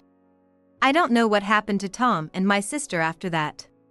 With all the trouble she caused, my parents had already disowned her, and she never returned home. As for me, a new chapter in my life began. I unexpectedly started a relationship with a man I met through a hiking group. We first met on a mountain, and I was drawn to his cheerful smile and positive attitude. Our friendship grew into something more, and eventually, he proposed to me.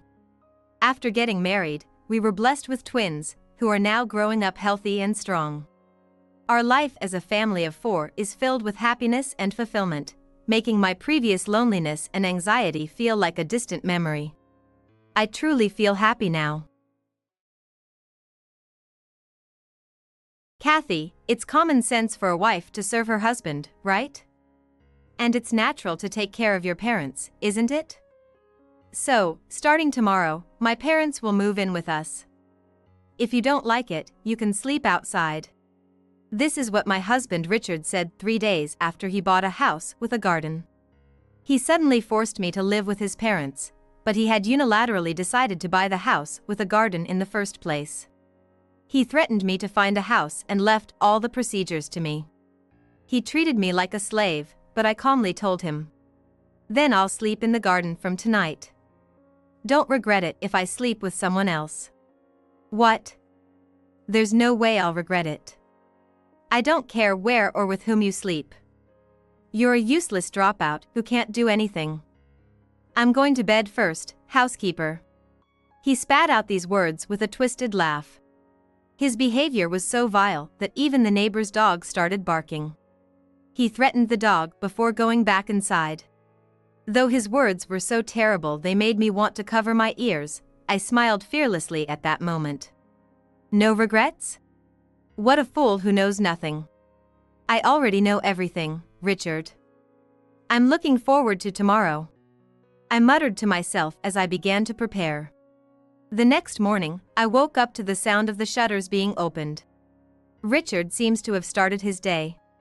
However, while I heard the sound of the door opening, I didn't hear it close. He's probably standing by the window in stunned silence. And no wonder. There's a huge tent set up in the spacious garden. I peeked out from the half-opened entrance to check if Richard was at the window, then stepped outside. As soon as he saw me, his face twisted and he started cursing. "You're even more ridiculous than I thought, actually camping out here.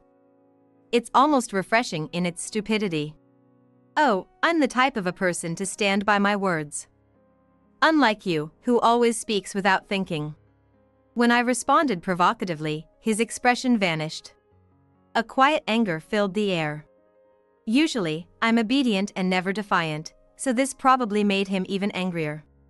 Just as he opened his mouth to retaliate, the doorbell rang, perfectly timed. He clicked his tongue and went to check the intercom. It seemed his parents had arrived. I also went inside from the garden to welcome them. Welcome. Come on in, Dad and Mom. You both came at the right time. Look at the garden. Kathy actually camped out there.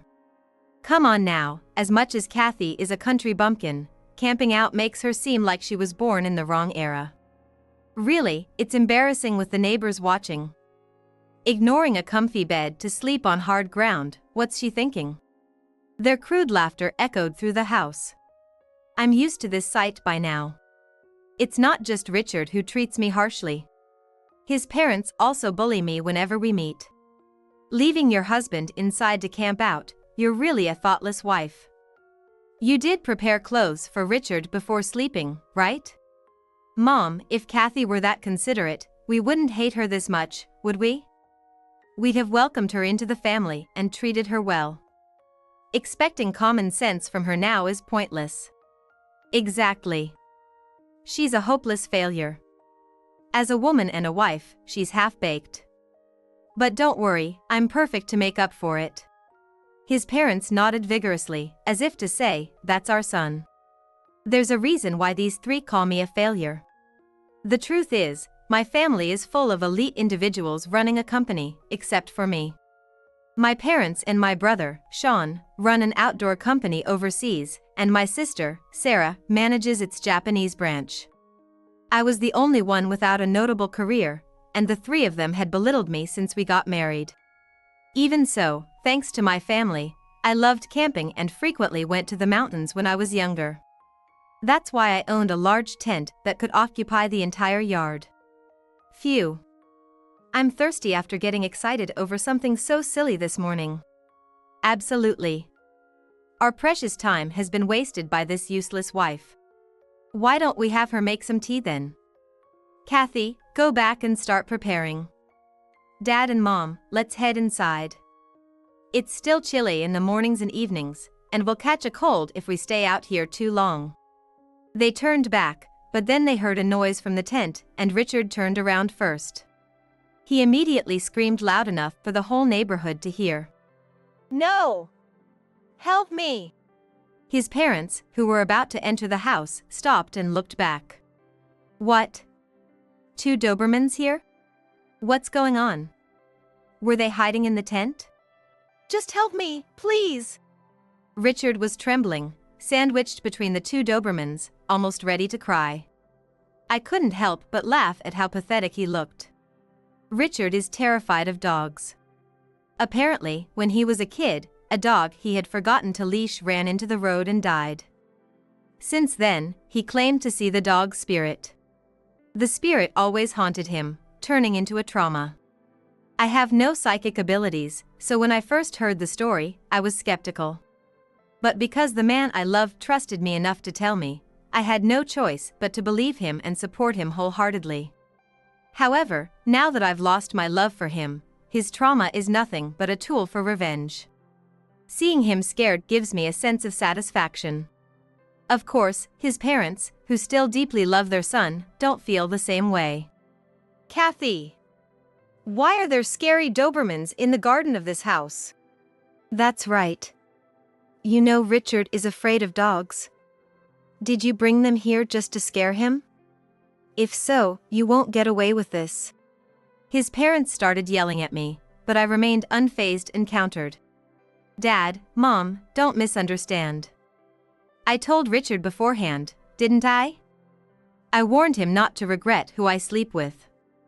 In these dangerous times, it's only natural to have protection if a woman is spending the night outside alone, right? What kind of nonsense is that? You're an insolent woman. You're a failure as a wife. Dear. We need to help Richard now, never mind that woman. Get away from him, you dogs. While we argued, the Dobermans steadily closed in on Richard, who had now sat on the ground, hugging his knees and sobbing.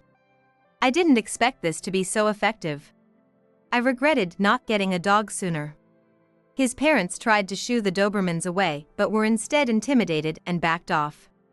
Richard, tears and snot running down his face, looked at me. Hurry! Do something about these dogs. I'm going to wet myself. Oh, it's fine. We're in the garden. You can wash your clothes afterward. Don't be embarrassed by a little fear. Just show me your true self. Kathy! What are you talking about? I won't allow my precious Richard to be humiliated like this. That's right. It's shameful for a grown man to be in this situation in the garden. Get rid of those dogs and help Richard now. Richard's eyes, as well as his parents, were gradually becoming bloodshot. Half of them couldn't stand seeing their precious son terrified. The other half were embarrassed by the commotion in the garden, disturbing the neighbors so early in the morning. Passers-by had been glancing our way repeatedly. If Richard made a mess in his pants, it would make it difficult for his parents to maintain good relations with the neighbors they were about to live with. That's why I took my time. Wait, didn't Richard clearly say last night that he wouldn't regret it? Was that a lie? It's odd for an adult to promise something they can't do. You don't think you can get away with this. Just because you hit my weak spot, you think you're so clever. You're a failure who can't even do a decent job or serve me properly. You only seem competent because you have me as your husband. If we divorce, you'll be a nobody, just a loser. Now get rid of those dogs. The more insults he hurled, the more my smile deepened. Richard still hadn't realized where my confidence was coming from. It was time to enlighten him, so I pointed towards the tent. I see. So that's how you really feel. Good to know. For me and for them. Them? Richard looked towards the tent, puzzled, and people started emerging from it. 1, 2, 3. Seeing their faces, both Richard and his parents were stunned. Because they recognized every face. Let me reintroduce them. My parents and my brother. What? What? Why are they here? Yes, aren't they supposed to live overseas? That's what we heard, right? Indeed, not only have they returned, but they've appeared in our garden. I don't understand a thing. The three were utterly confused. But my parents and Sean were remarkably calm. They smiled without saying a word, which was even more terrifying. With a signal from my father, the Dobermans returned to him. Of course, the dogs were our family pets. Hello, it's been a while. Nice to see you again, Dad, Mom, and Sean. It's a lovely day, isn't it? So, what brings you here today? Richard and his parents cautiously asked about the situation, and my parents and Sean nodded to each other. Well, we have some important business, don't we, dear? Yes, that's right. We decided to return suddenly. I'm sorry for surprising everyone. Well, you'll be even more surprised now. By the way, I'm sure you understand, but we heard everything from inside the tent. When my brother announced this in a lower octave, Richard and his parents immediately looked away. No, it's just that we were a bit upset earlier, you see. That's right. We were just taken aback by how scared our son was, weren't we, dear? Of course. We think of Kathy as our own daughter. She's truly a wonderful woman, too good for our son. The three of them began making excuses, but my brother and parents remained with cold smiles. There's a reason they were so flustered and wary of my parents and brother. In fact, Richard's company has a business relationship with the company my parents and brother run.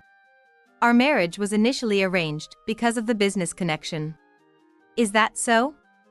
I thought I heard something about my daughter being a failure. Yes, I heard someone call her a bad wife. They also called her a half-wit, even though we raised her with such care. Are you saying our parenting was to blame? She was also called a country bumpkin. Does that mean I'm a country bumpkin too? After all, I raised her in the same environment.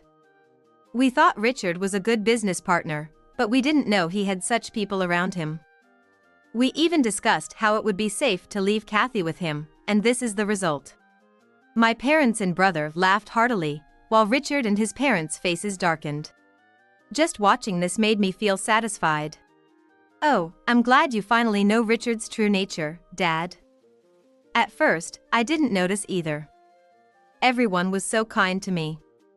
But after you, Mom, and Sean went overseas, everything changed. They started bullying me as soon as there was no one to watch. Richard hastily tried to counter my confession. That's not true, Kathy. We've always been a loving couple. We've respected and cared for each other. Do you remember the first day we met? I fell in love with you at first sight. You were so dazzling. Have you forgotten those days of love? Love? You were just using me to gain a business advantage, weren't you? I know everything now. That's why I decided to get revenge. I need to return the hurt I received. Isn't that fair? Richard and his parents felt the silent pressure from my smile and took a step back. Even so, Richard gathered his courage to deny my accusations. No! You're mistaken, Kathy. I didn't marry you for business. That's just how things turned out. I married you because I loved you. Love brought us to where we are now. Funny how you suddenly start talking about love. I've never heard you say that word since we got married. It's hard to believe you love me now. I was embarrassed. There are things you feel but can't say, right? For me, whispering love was one of those things. Richard raised his fist and passionately explained himself. He was so earnest that he was sweating profusely. Amused, I decided to exaggerate my lament. But instead of whispering love, you've thrown countless insults my way. If you truly love me, what were those words about? Those insults came out of embarrassment. Haven't you heard of wanting to tease someone you like? That's exactly it. Kathy, you're the person I love most. Really? How much do you love me? More than I can hold with both hands. More than the high mountain, no, more than everything on earth. I love you more than anything in the world. Richard's shout seemed to echo through the room. His face was beet red, and he was breathing heavily, but everyone else was frozen like statues. Their gazes toward him were cold. My brother, the first to regain his composure, made a reasonable comment. Are you in elementary school? That excuse is just silly. Couldn't you come up with something better? Everyone except Richard nodded in agreement. My parents hesitantly started to speak. Well, we heard your family's true feelings inside the tent, and we decided to side with Kathy no matter what counterarguments came. Regardless of that, we strongly feel that we can't leave our daughter here anymore. What? Why? Richard looked genuinely incredulous, causing everyone else to let out a big sigh. My brother, with an exasperated expression, explained. Just think about it. An adult saying they bully someone because they like them is just pathetic. It's only excusable when a child can't control their feelings. When an adult does it, it's an instant deal breaker. No way! Richard seemed genuinely shocked. It was strange, had he always been this blindly deluded? Perhaps I had also misjudged him as a person. Anyway, this just added to the reasons for our divorce. Even as his mother, I feel like disowning him. If only I could turn back time. Maybe if we open that drawer over there, a cat-shaped robot will pop out? We need some handy futuristic gadgets. Even his parents were escaping reality. Richard was truly something else. But he wasn't one to give up easily. Wait. If you're claiming I married Kathy for business reasons, show me proof. I won't be convinced with just words. Fine. They must be tired of waiting. Let's bring out the evidence. What? What do you mean? Ignoring Richard's bewildered expression, I pointed to the tent again. Then my sister, Sarah, emerged from it. Her face was pale, and she was trembling so much that she couldn't come out quickly. What? Even Sarah is here? Why didn't she come out earlier? Oh no, why? Richard's parents were genuinely surprised, but Richard himself was just as pale as my sister. As the heavy silence settled again, my parents finally revealed the real reason for their sudden return. The truth is, we came back urgently because we received information that our daughter, Sarah, was involved in some misconduct at the company. We returned home as quickly as possible to verify it. I see. That must have been tough. We sympathize. But then, how does Sarah's appearance prove the marriage was for business reasons? While Richard's parents accepted my parents' explanation, they had new doubts. Richard, meanwhile, was clearly nervous and sweating. I smiled smugly. It was finally time to reveal the truth Richard had been hiding. The stage was perfectly set. Well, you see, Mom, it's because my husband is having an affair with my sister, Sarah. What? What do you mean? He's married to Kathy. Our son? That's impossible. Richard's parents looked at him, but he just hung his head and stared at the ground. His demeanor spoke volumes about the truth. Richard's mother collapsed on the spot. Is there no mistake? Could it be a misunderstanding or something in a gray area? Unfortunately, Dad, I have already secured evidence of their affair and reported it to my parents and brother. No way. Finally, Richard's father also collapsed to the ground. But I continued without mercy. I had prepared for this day for a long time. Even though there was no love left, gathering evidence of my husband's infidelity, photos and messages, was mentally exhausting. But I managed because I knew I would eventually divorce him and claim alimony. I couldn't back down now. Sarah's misconduct at the company is also related to the affair. Richard was blackmailing her. He treated not only me but also Sarah like a slave. Richard's parents were completely devastated. But my parents and brother stood firmly in front of them to deliver the final blow. We had suspected your true nature for a while.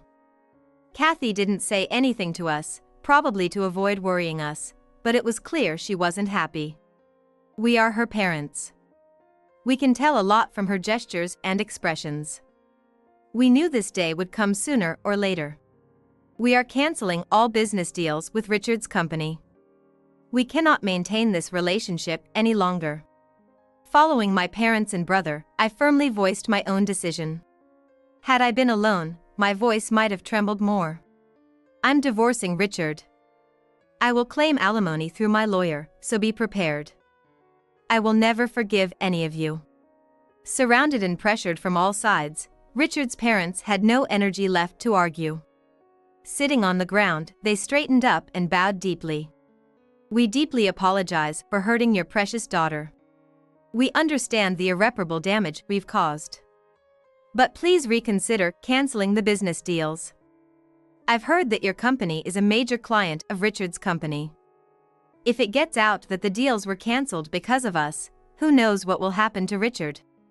Richard's parents tearfully pleaded, but my parents and brother firmly refused. If only you had given even a tenth of this concern to Kathy. Just as you are there for Richard, we are here for Kathy. Didn't you realize that a wife is a cherished daughter of another family, not a slave? We won't forgive you either. Richard's affair is his own wrongdoing. But the fact that he has such a mindset is due to his parents' failure to instill proper ethics. I would never engage in such immoral behavior because it clearly hurts not just oneself but those around them. Faced with these harsh truths, Richard's parents were rendered speechless and could only mutter, "We're sorry." Surprisingly, Richard alone maintained an entirely opposite attitude. Really, Dad and Mom? Bowing your heads so much is just pathetic. It doesn't matter. The marriage wasn't for business reasons. Richard, are you still making excuses at this point? It's not an excuse. I married Kathy to make her my slave. She's the only failure in an elite family. How would she react if someone suddenly treated her kindly? She'd depend on them, obviously. I'd gain her trust, use her, then discard her when I'm done. Simple as that. Richard, you're a truly horrible person. I clenched my fists tightly, holding back tears. I didn't want to show any weakness to this man. Indeed, I was the only one in my family with just a high school diploma and often ridiculed. Though my parents and brother supported me, even my sister secretly looked down on me. That must be why she got along with Richard. My parents' and brother's faces turned red with anger at his words. What kind of man are you? I'm ashamed I ever acknowledged you as Kathy's husband. Don't you know the difference between right and wrong? If you say one more bad thing about my sister, I won't let it slide. Go ahead. I'm not at fault. It's my parents' fault for raising me this way. I'm already highly regarded at my company. Losing your company's deals won't cause any problems. A failure of a woman and her family are like bugs to me. I'll gladly divorce and pay alimony. I trembled with rage. I couldn't stand him insulting not only me but also my family. But I restrained the urge to attack him, knowing that resorting to force would put me at a disadvantage. I focused on the pain of my nails digging into my palms to maintain my composure. Once I got past the peak of my anger, I silently pointed at the tent again. What? Is there someone else? Richard, wary of the third surprise, peeked into the tent himself. There's no one here? He seemed relieved but quickly noticed something else. Hey, why is there a camera in the tent? We had been secretly recording him since he first checked the garden in the morning. Realizing that we had the perfect evidence, Richard quickly changed his tone and begged on his knees. Please! Don't let this get out to the company. I'll pay more than the usual alimony. Well, your tune has changed. You were so confident a moment ago. But sorry, I can't grant your request. This camera isn't for recording, it's for live streaming. What? Live streaming where? Of course, it's your company's president. In fact, I had consulted my parents beforehand and contacted my husband's company president. At this very moment, the president was watching the scene in our garden live. No, no, no! This can't be happening! Realizing there was no escape, Richard screamed and lunged at me. At that moment, the two Dobermans leaped on him, pinning him to the ground. Help me! No, I don't want to be ruined! Dad, Mom! Someone help me! Richard desperately reached out to his parents, but they quietly distanced themselves from him, shocked by his behavior. His hand grasped at the air before falling limply to the ground. After that, my divorce from Richard was finalized smoothly. I was finally freed from being a slave. Some time later, one day out of the blue, I got a call from my ex-husband. The sheer number of missed calls on my phone showed how panicked he was. Of course, I had a good idea why he was calling. Smiling, I answered in a cheerful voice. Hello? Long time no see. What's up? What's up? This house is infested with ghosts. They're everywhere. Really? I had no idea. That's shocking. I feigned surprise to anger him, but of course, I knew the house he purchased was haunted. When Richard dumped the house search on me, I had already decided to get a divorce, so I decided to use the house search for revenge. Relying on rumors and online information, I searched exclusively for stigmatized properties and found the perfect house for Richard and his family. Since I can't see ghosts, my claim of ignorance wasn't entirely false. Do something! I can't sleep with all these eyes on me. That sounds tough. Are they around all the time? Must be earthbound spirits or something. Amused by my ex-husband's near tears, I pretended to be oblivious. He was too terrified to get angry, only complaining bitterly. With his strong sensitivity to spirits, Richard was traumatized by seeing the ghost of his childhood dog. I figured a stigmatized property would be full of spirits related to its history, making it perfect for revenge. It worked even better than I expected. Dad and Mom are having trouble too. They always feel like they're being watched and can't relax. What? Really? I didn't expect that. Apparently, his parents also had strong spiritual sensitivity. So, Richard's ability was inherited. Well, it didn't matter to me anymore. I did find the house, but you were the one who decided on it in the end, right? If you don't like it, get it cleansed or move. Handle it yourself. Wait, hold on. I hung up without waiting for his response and immediately blocked his number. This was the last connection I had with Richard's family. Afterward, I heard that Richard couldn't endure the presence of the spirits and put the house up for sale. The live stream incident at his company caused significant issues, leading to his forced resignation. Richard's misdeeds became widely known in the industry, and he still hasn't found another job. As for my sister, despite being blackmailed, she was still responsible for the misconduct and had to resign. She's also facing a lawsuit for damages due to her actions. She managed to pay the alimony for the affair from her savings, but couldn't cover the damages, so she borrowed money from our parents. Now, under their and my brother's supervision, she's working part-time to repay the debt.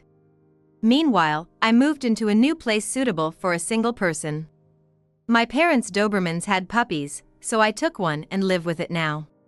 While it's true that Richard's infidelity was wrong, I also believe my submissiveness contributed to being treated like a slave. I realized I needed to become stronger, so I started learning karate. Though I primarily want to strengthen my inner self, physical training has its benefits too. For now, I'm done with marriage. I'm content enjoying peaceful days with my beloved dog. As I lay in the hospital bed after the car accident, they thought I was asleep as they started talking without any concern. They began discussing the truth about the accident. Eventually, in a mocking voice, one of them said, "Oh, I've always wanted to say this. I'm gonna divorce you and marry Lynn." Then I would say, "Get out because I'm gonna be Dad's wife." Such a clueless woman. A fiery anger began to rise within me, even though I could barely move. After some time, when I was able to get up, the two of them came to me again and demanded the company. "Sure, but are you sure it's okay? Because that person..." "Huh? What are you trying to say? Speak clearly. I've always hated that about you." "That's right, I hate you now too." "Fine, but are you sure it's okay? Because that person has already been fired from our company." "My name is Yvonne Smith. I run a furniture trading company, and I'm 57 years old. These days, I live with my husband Ken, who is 7 years younger than me. We have a daughter named Lynn, but since she moved out and became independent 10 years ago, it's just been the two of us." When Lynn left, Ken had a dissatisfied look on his face and said, "It's gonna be lonely." On the other hand, Lynn had a slightly sarcastic smile and said, "Finally, it's just you two. I'll get out of your way." At the time, I thought Lynn was being considerate of me. I believed that Ken, my second husband who is 7 years younger, and I could finally be alone together. But later, I realized how naive I had been. Now, after 18 years of marriage, I'm ready to leave Ken. The reason lies with him and Lynn. I met Ken 20 years ago when I was 37. He was 30 at the time, working as a salesperson for a trading company we dealt with. I had just lost my previous husband in a sudden accident. I was desperate, with Lynn still in elementary school. Back then, the company my previous husband and I started had just begun to take off. This company had been our dream since our college days. It was a tragedy that struck just when I thought a joyful future was opening up. I didn't have time to mourn. To keep the small company that was our shared dream from collapsing, I worked twice as hard, maybe even more, running around every day. Naturally, I couldn't take proper care of Lynn. Lynn started to avoid me gradually. I should have been sharing her grief over losing her father, but instead, I was never home because of work. I begged my parents to take care of Lynn.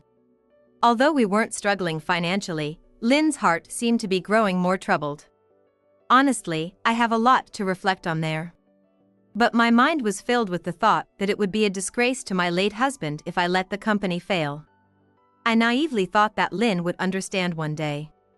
During those days consumed by work, Ken started making aggressive advances toward me. At first, I thought he was joking. He is 7 years younger. From my perspective at the time, he was not a potential romantic partner. However, Ken began to approach me in various ways, especially noticing when I was tired, and would say kind words to show his concern for my well-being. Then he said he wanted to transfer to my company. I did wonder what his motive was. After all, I was the CEO. I suspected he might be aiming for the company that had just started to get on track. But Ken didn't mention anything about the company or money as his reason for transferring. Instead, he talked about my busyness and my neglected daughter.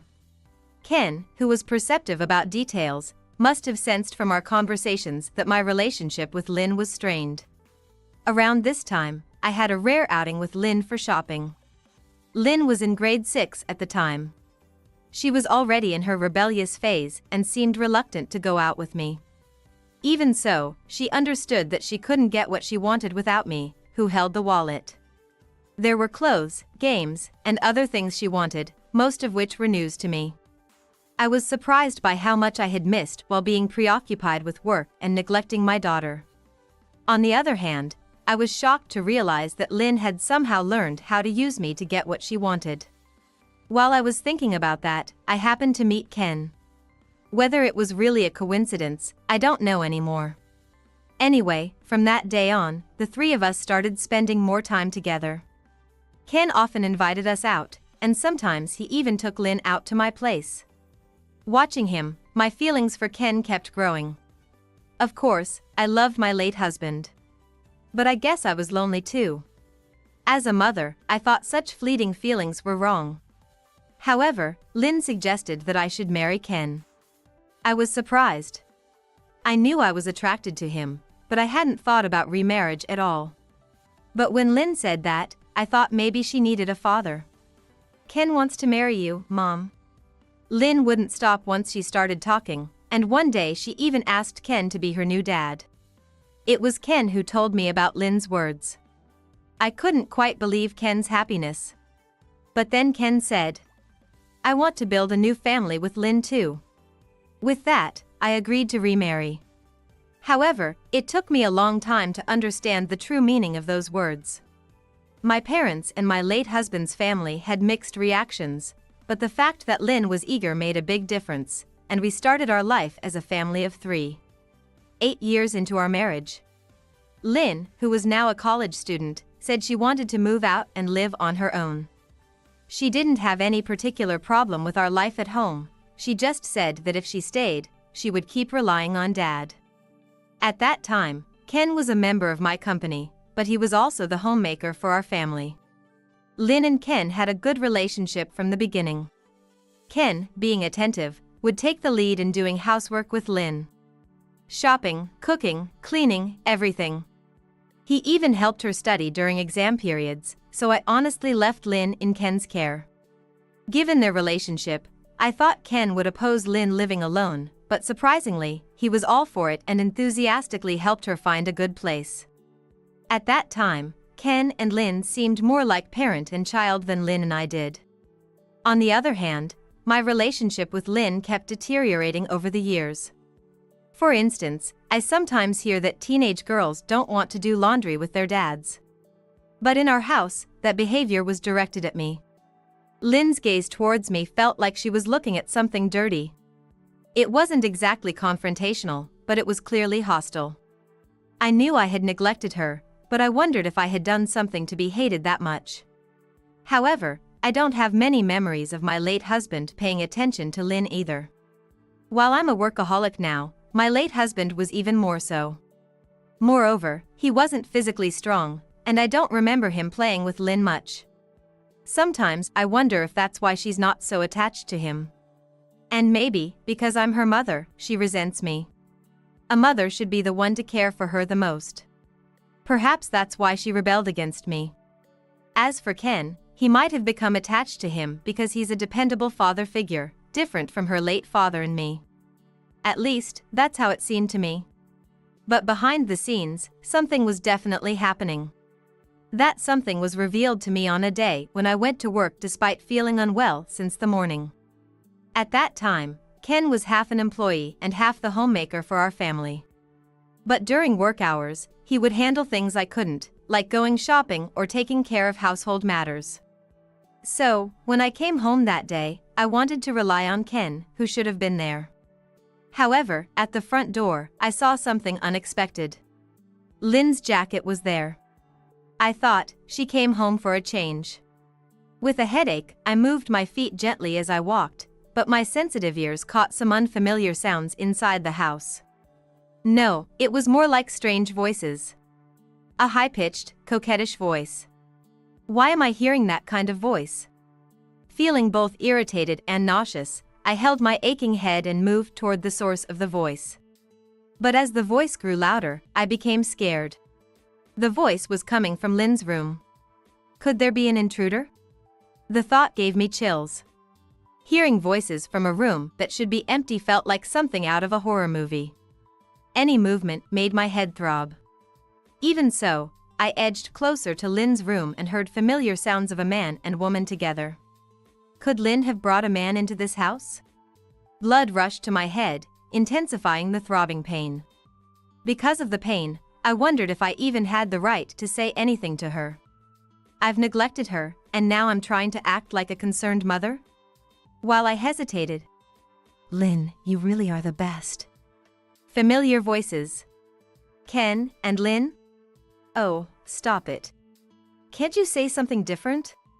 Or did that line work on Mom? Mom? Is she talking about me? What does she mean? I tried to focus. I've always said it. How many times do I have to tell you? You're always my number one, Lynn. I've said that from the start. That's what a real dad should be like. Stop saying that. How many times do I have to tell you? You're always my true love, not that old hag. Then came a burst of light, tinkling laughter. Oh, my head hurts. Really, how many times do I have to say it to make you happy, my princess? As many times as it takes. You can never say it enough. Tell me anytime, anywhere, Daddy. The pain in my head worsened, and a chill ran down my spine. My legs shook, and I almost collapsed. What should I have done in that situation? Should I have burst in and slapped them both? No, I couldn't do anything at that moment. All I wanted was to escape. I quietly left the house, stifling my nausea, drove desperately, and checked into a random hotel. As I struggled with headaches and nightmares, I thought. From the way they were talking, it was clear that the people together were my daughter, Lynn, and my husband, Ken. The voices and the content of the conversation left no doubt, yet what they were doing was like that of a man and a woman. Was it my fault for not paying enough attention to Lynn? Or was it a mistake to leave Lynn in Ken's care? No, if it was from the start, that means he had been targeting Lynn since she was in elementary school. And it seemed Lynn herself was willing from the beginning. When did their relationship start? How did I not notice until now? A few years ago, I could have easily accused Ken of a crime. But now, I can't blame them for their ages. Lynn is already an adult. Even so, why did I have to run away? That is my house. Why did I flee with such a sense of guilt? I couldn't understand myself. That was about 10 years ago.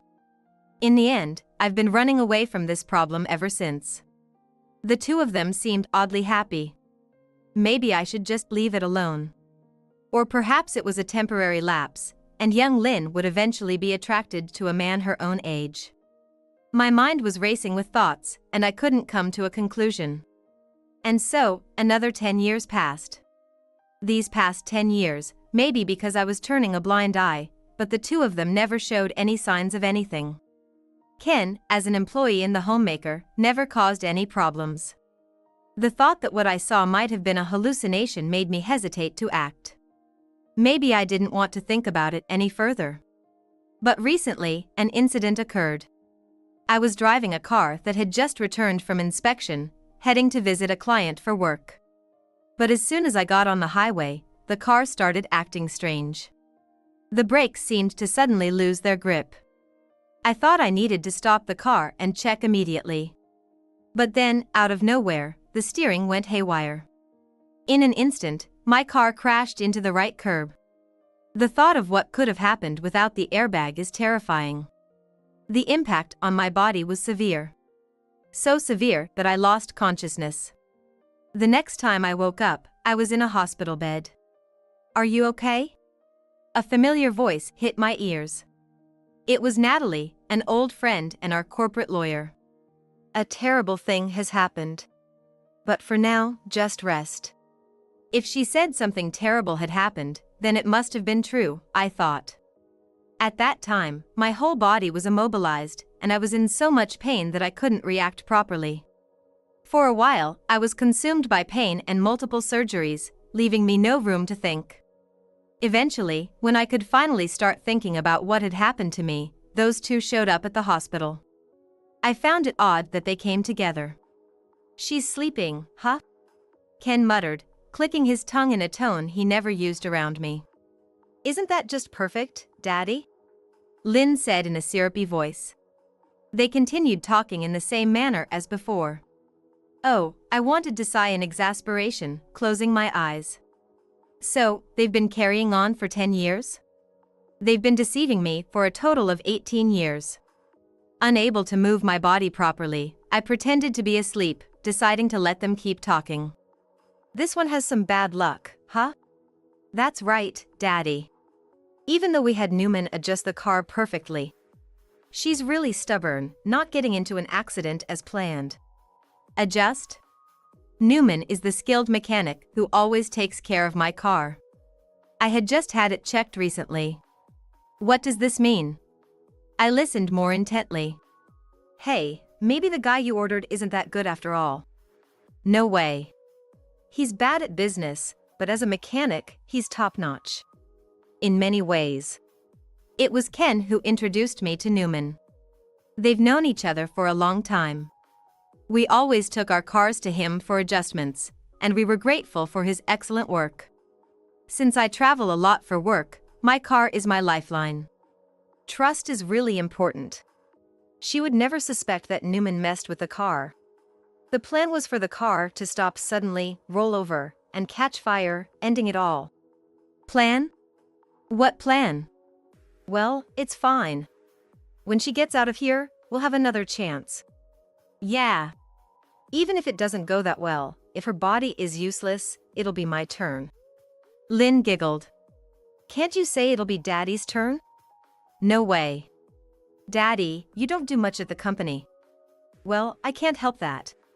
A sharp pain hit my chest. I was the one who made him into that. But their next words shocked me. Honestly, even as a homemaker, you don't do much. As long as she doesn't notice, it's fine. Doesn't notice? What are they talking about? She never notices anything. Not even that we've been hiring a housekeeper. I've always wanted to say, I'm divorcing you and marrying Lynn. Then I'd say, I'm becoming Daddy's wife, so get out. Ha, what a clueless woman. Lynn laughed, urging Ken to leave. They thought I'd been sleeping all along. After confirming they were gone, I decided to contact Natalie. A week later, Ken and Lynn showed up again. Even seeing that I was awake, they clung to each other without any shame. Serves you right. Driving around all the time, that's what you get. Lynn said, her blatant hostility almost making me show my anger. But I managed to hold it back. I needed to get them to say more. Lynn continued, seeing that I was silent. Well, this means you're retiring, right? Your body probably won't recover properly. Still silent, I saw a hint of irritation on her face. Silent treatment, huh? Whatever. You should just retire as CEO. Retirement? I never even thought about it. I answered clearly. What are you talking about all of a sudden? Didn't you come to visit me? It's like this, Lynn said, suddenly pressing herself against Ken. I'm saying that Daddy and I will take over your company. Huh? What kind of joke is this? I'm serious. She said, stepping forward proudly. You can't move your body anymore, right? So it's only natural that I, your daughter, should take over the company. Or maybe Daddy will. Either way, it's the same, right? That's right. Daddy has a right too. After all, he's still your husband. But I'll be right there beside him, just like always. I listened to her talk for a while. She had a quick tongue. But listening to her endlessly was getting annoying. Fine, but are you sure? Because that person. Huh? What are you trying to say? Speak clearly. I've always hated that about you. That's right, I hate you now too. I said quietly. Lynn looked startled. What did you just say? Sure, I didn't do anything about it, and that was my mistake. But it's too late now. If you want him, go ahead. Lynn, you've been an adult for a long time now. But are you sure? Because that man has already been fired from our company. Ken and Lynn looked shocked, like they had been hit with a brick. What do you mean? I mean exactly what I said. I said, picking up my phone and making a quick call. Natalie then entered the room as if on cue. Natalie was smart, having gone to law school and become a lawyer. I, on the other hand, got married and started running a company with my husband, and as the company grew, I needed a legal advisor and asked Natalie to fill that role. Natalie is a trusted friend and business partner. She handed Lynn a piece of paper. Lynn, you recently submitted this divorce filing on behalf of Yvonne. It has already been officially accepted, so unless Yvonne objects, the divorce from Ken is finalized. In other words, Natalie added, Ken is no longer related to Yvonne. The company and assets are all hers. Ken's face suddenly darkened, and he grabbed Lynn by the collar. Divorce filing? Why? How could you do that? But, if Daddy and I were going to get married, you had to divorce him first. So, I did it for him. I did it for Daddy. That's all. So why are you looking at me like that? Natalie chuckled at the sight of them. What's so funny, you? Lynn, you just admitted to committing forgery. That's a serious crime. It's beneficial for us, though. Beneficial? Lynn looked puzzled. I've been investigating. You two have been involved for a long time, haven't you? You knew? I couldn't help but laugh. Oh, please. I knew because you were talking about it right in front of me the other day. I was too exhausted to move, so I pretended to be asleep. I said, then handed the baton over to Natalie. Yes, after you two left, I started digging. It turns out, there were many things, not just forgery. What right did you have to snoop on us? I'm her husband. I'm her business partner. And since the divorce papers have already been submitted, you're no longer legally her husband. So, even if something happened to Yvonne, you wouldn't get a penny. Lynn seemed to finally grasp the gravity of her actions. She shoved Ken aside and stood in front of me, shouting. Wait. Even if Daddy isn't your husband anymore, I'm still your daughter. If something happens to you, I have a right to your inheritance. I sighed deeply. Unfortunately for you, if anything happens to me, you won't get a cent. I made sure of that in my will. You made a will? Of course. After hearing you two talk like that in front of me, why wouldn't I? I smiled. And it's not just that. I didn't want to believe it, but you two have been deceiving me for the past 10 years, I said. Lynn suddenly burst into laughter. Not just 10 years. You only got married because I was part of the deal. What? Ken's face turned pale. Wait. If it was 10 years ago, you were both adults. No, from the start, Daddy was after me, not you. You've let it slip, Ken. Natalie said brightly, her voice echoing in the room. If you were after Lynn, when did it start? When she was in elementary school. You've been targeting her since then? That's disgusting. Daddy has always loved me. He married this woman to be close to me. Lynn said, ignoring Ken's attempts to stop her. I see. So, when did your relationship turn romantic? That was when I was in 9th grade. Daddy was young and handsome. He still is, but he was even more so back then. He did whatever I wanted and taught me many things. Did you know that's a crime? Lynn shouted, her nostrils flaring in anger. A crime? It's true love. What are you talking about? Lynn, regardless of how you feel, it's a crime to be involved with a child. That's absolutely a crime. That doesn't matter now. The divorce is finalized, and we can get married.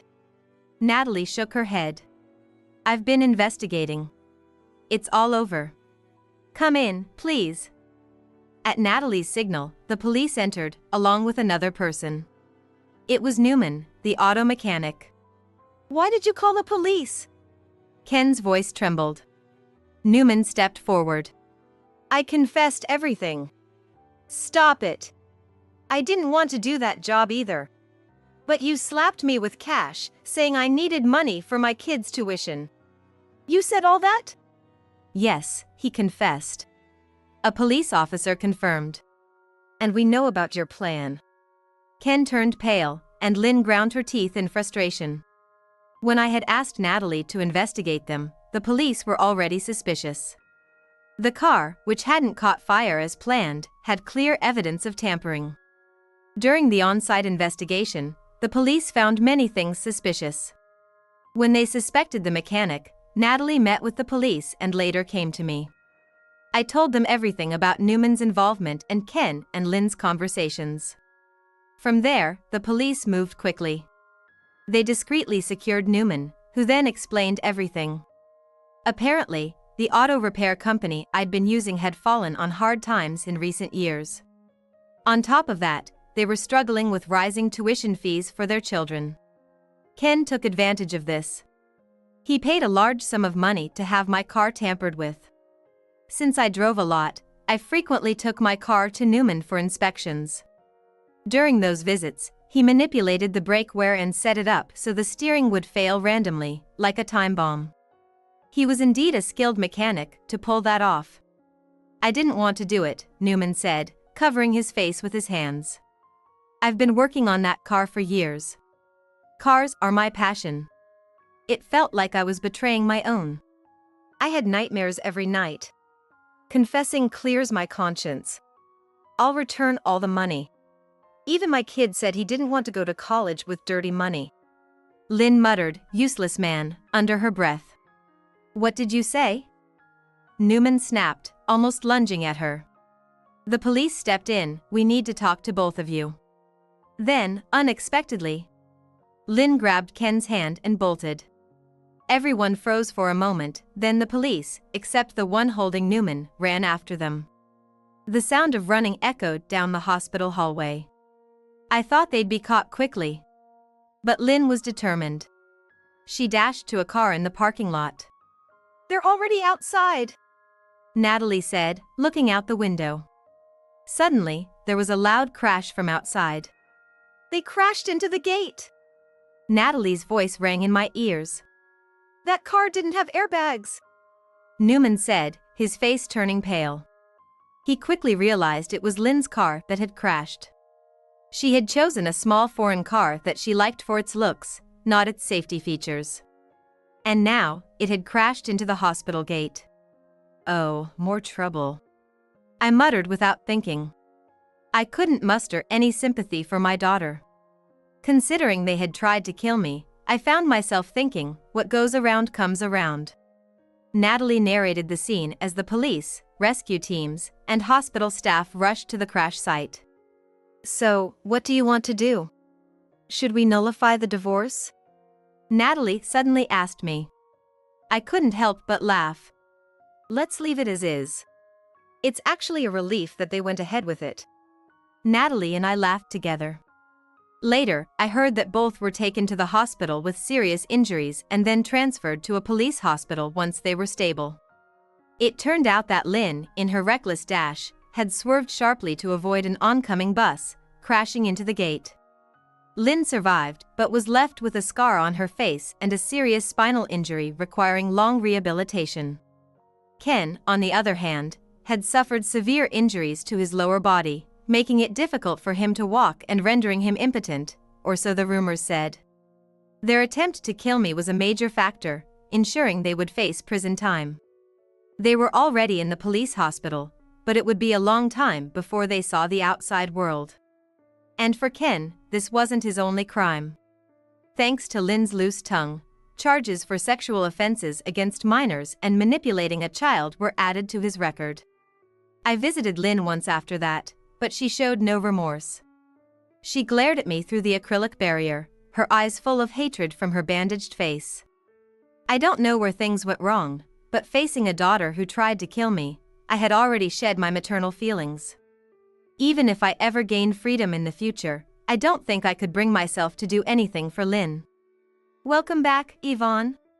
When I showed up at the company after a long absence, the employees rushed to present me with celebratory flowers. It must have been so hard for you, one of the longtime employees said, tearing up. There had been many articles in the media before my return, filled with truths and rumors alike. Within the company, there were also voices questioning my role as a mother. Some even left the company. Those who stayed were the ones who trusted me in our professional endeavors. Thank you all for staying. We all know how hard you've always worked to protect us, said one of the veteran employees with genuine sentiment.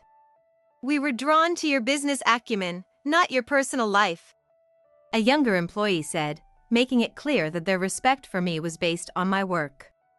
This company, now a small, elite team, felt more valuable to me than my blood-related family. Yes, everyone here feels the same, Natalie said, patting me on the shoulder. Now, all I have left is this company and the people involved with it. From now on, I want to dedicate my life to cherishing this company.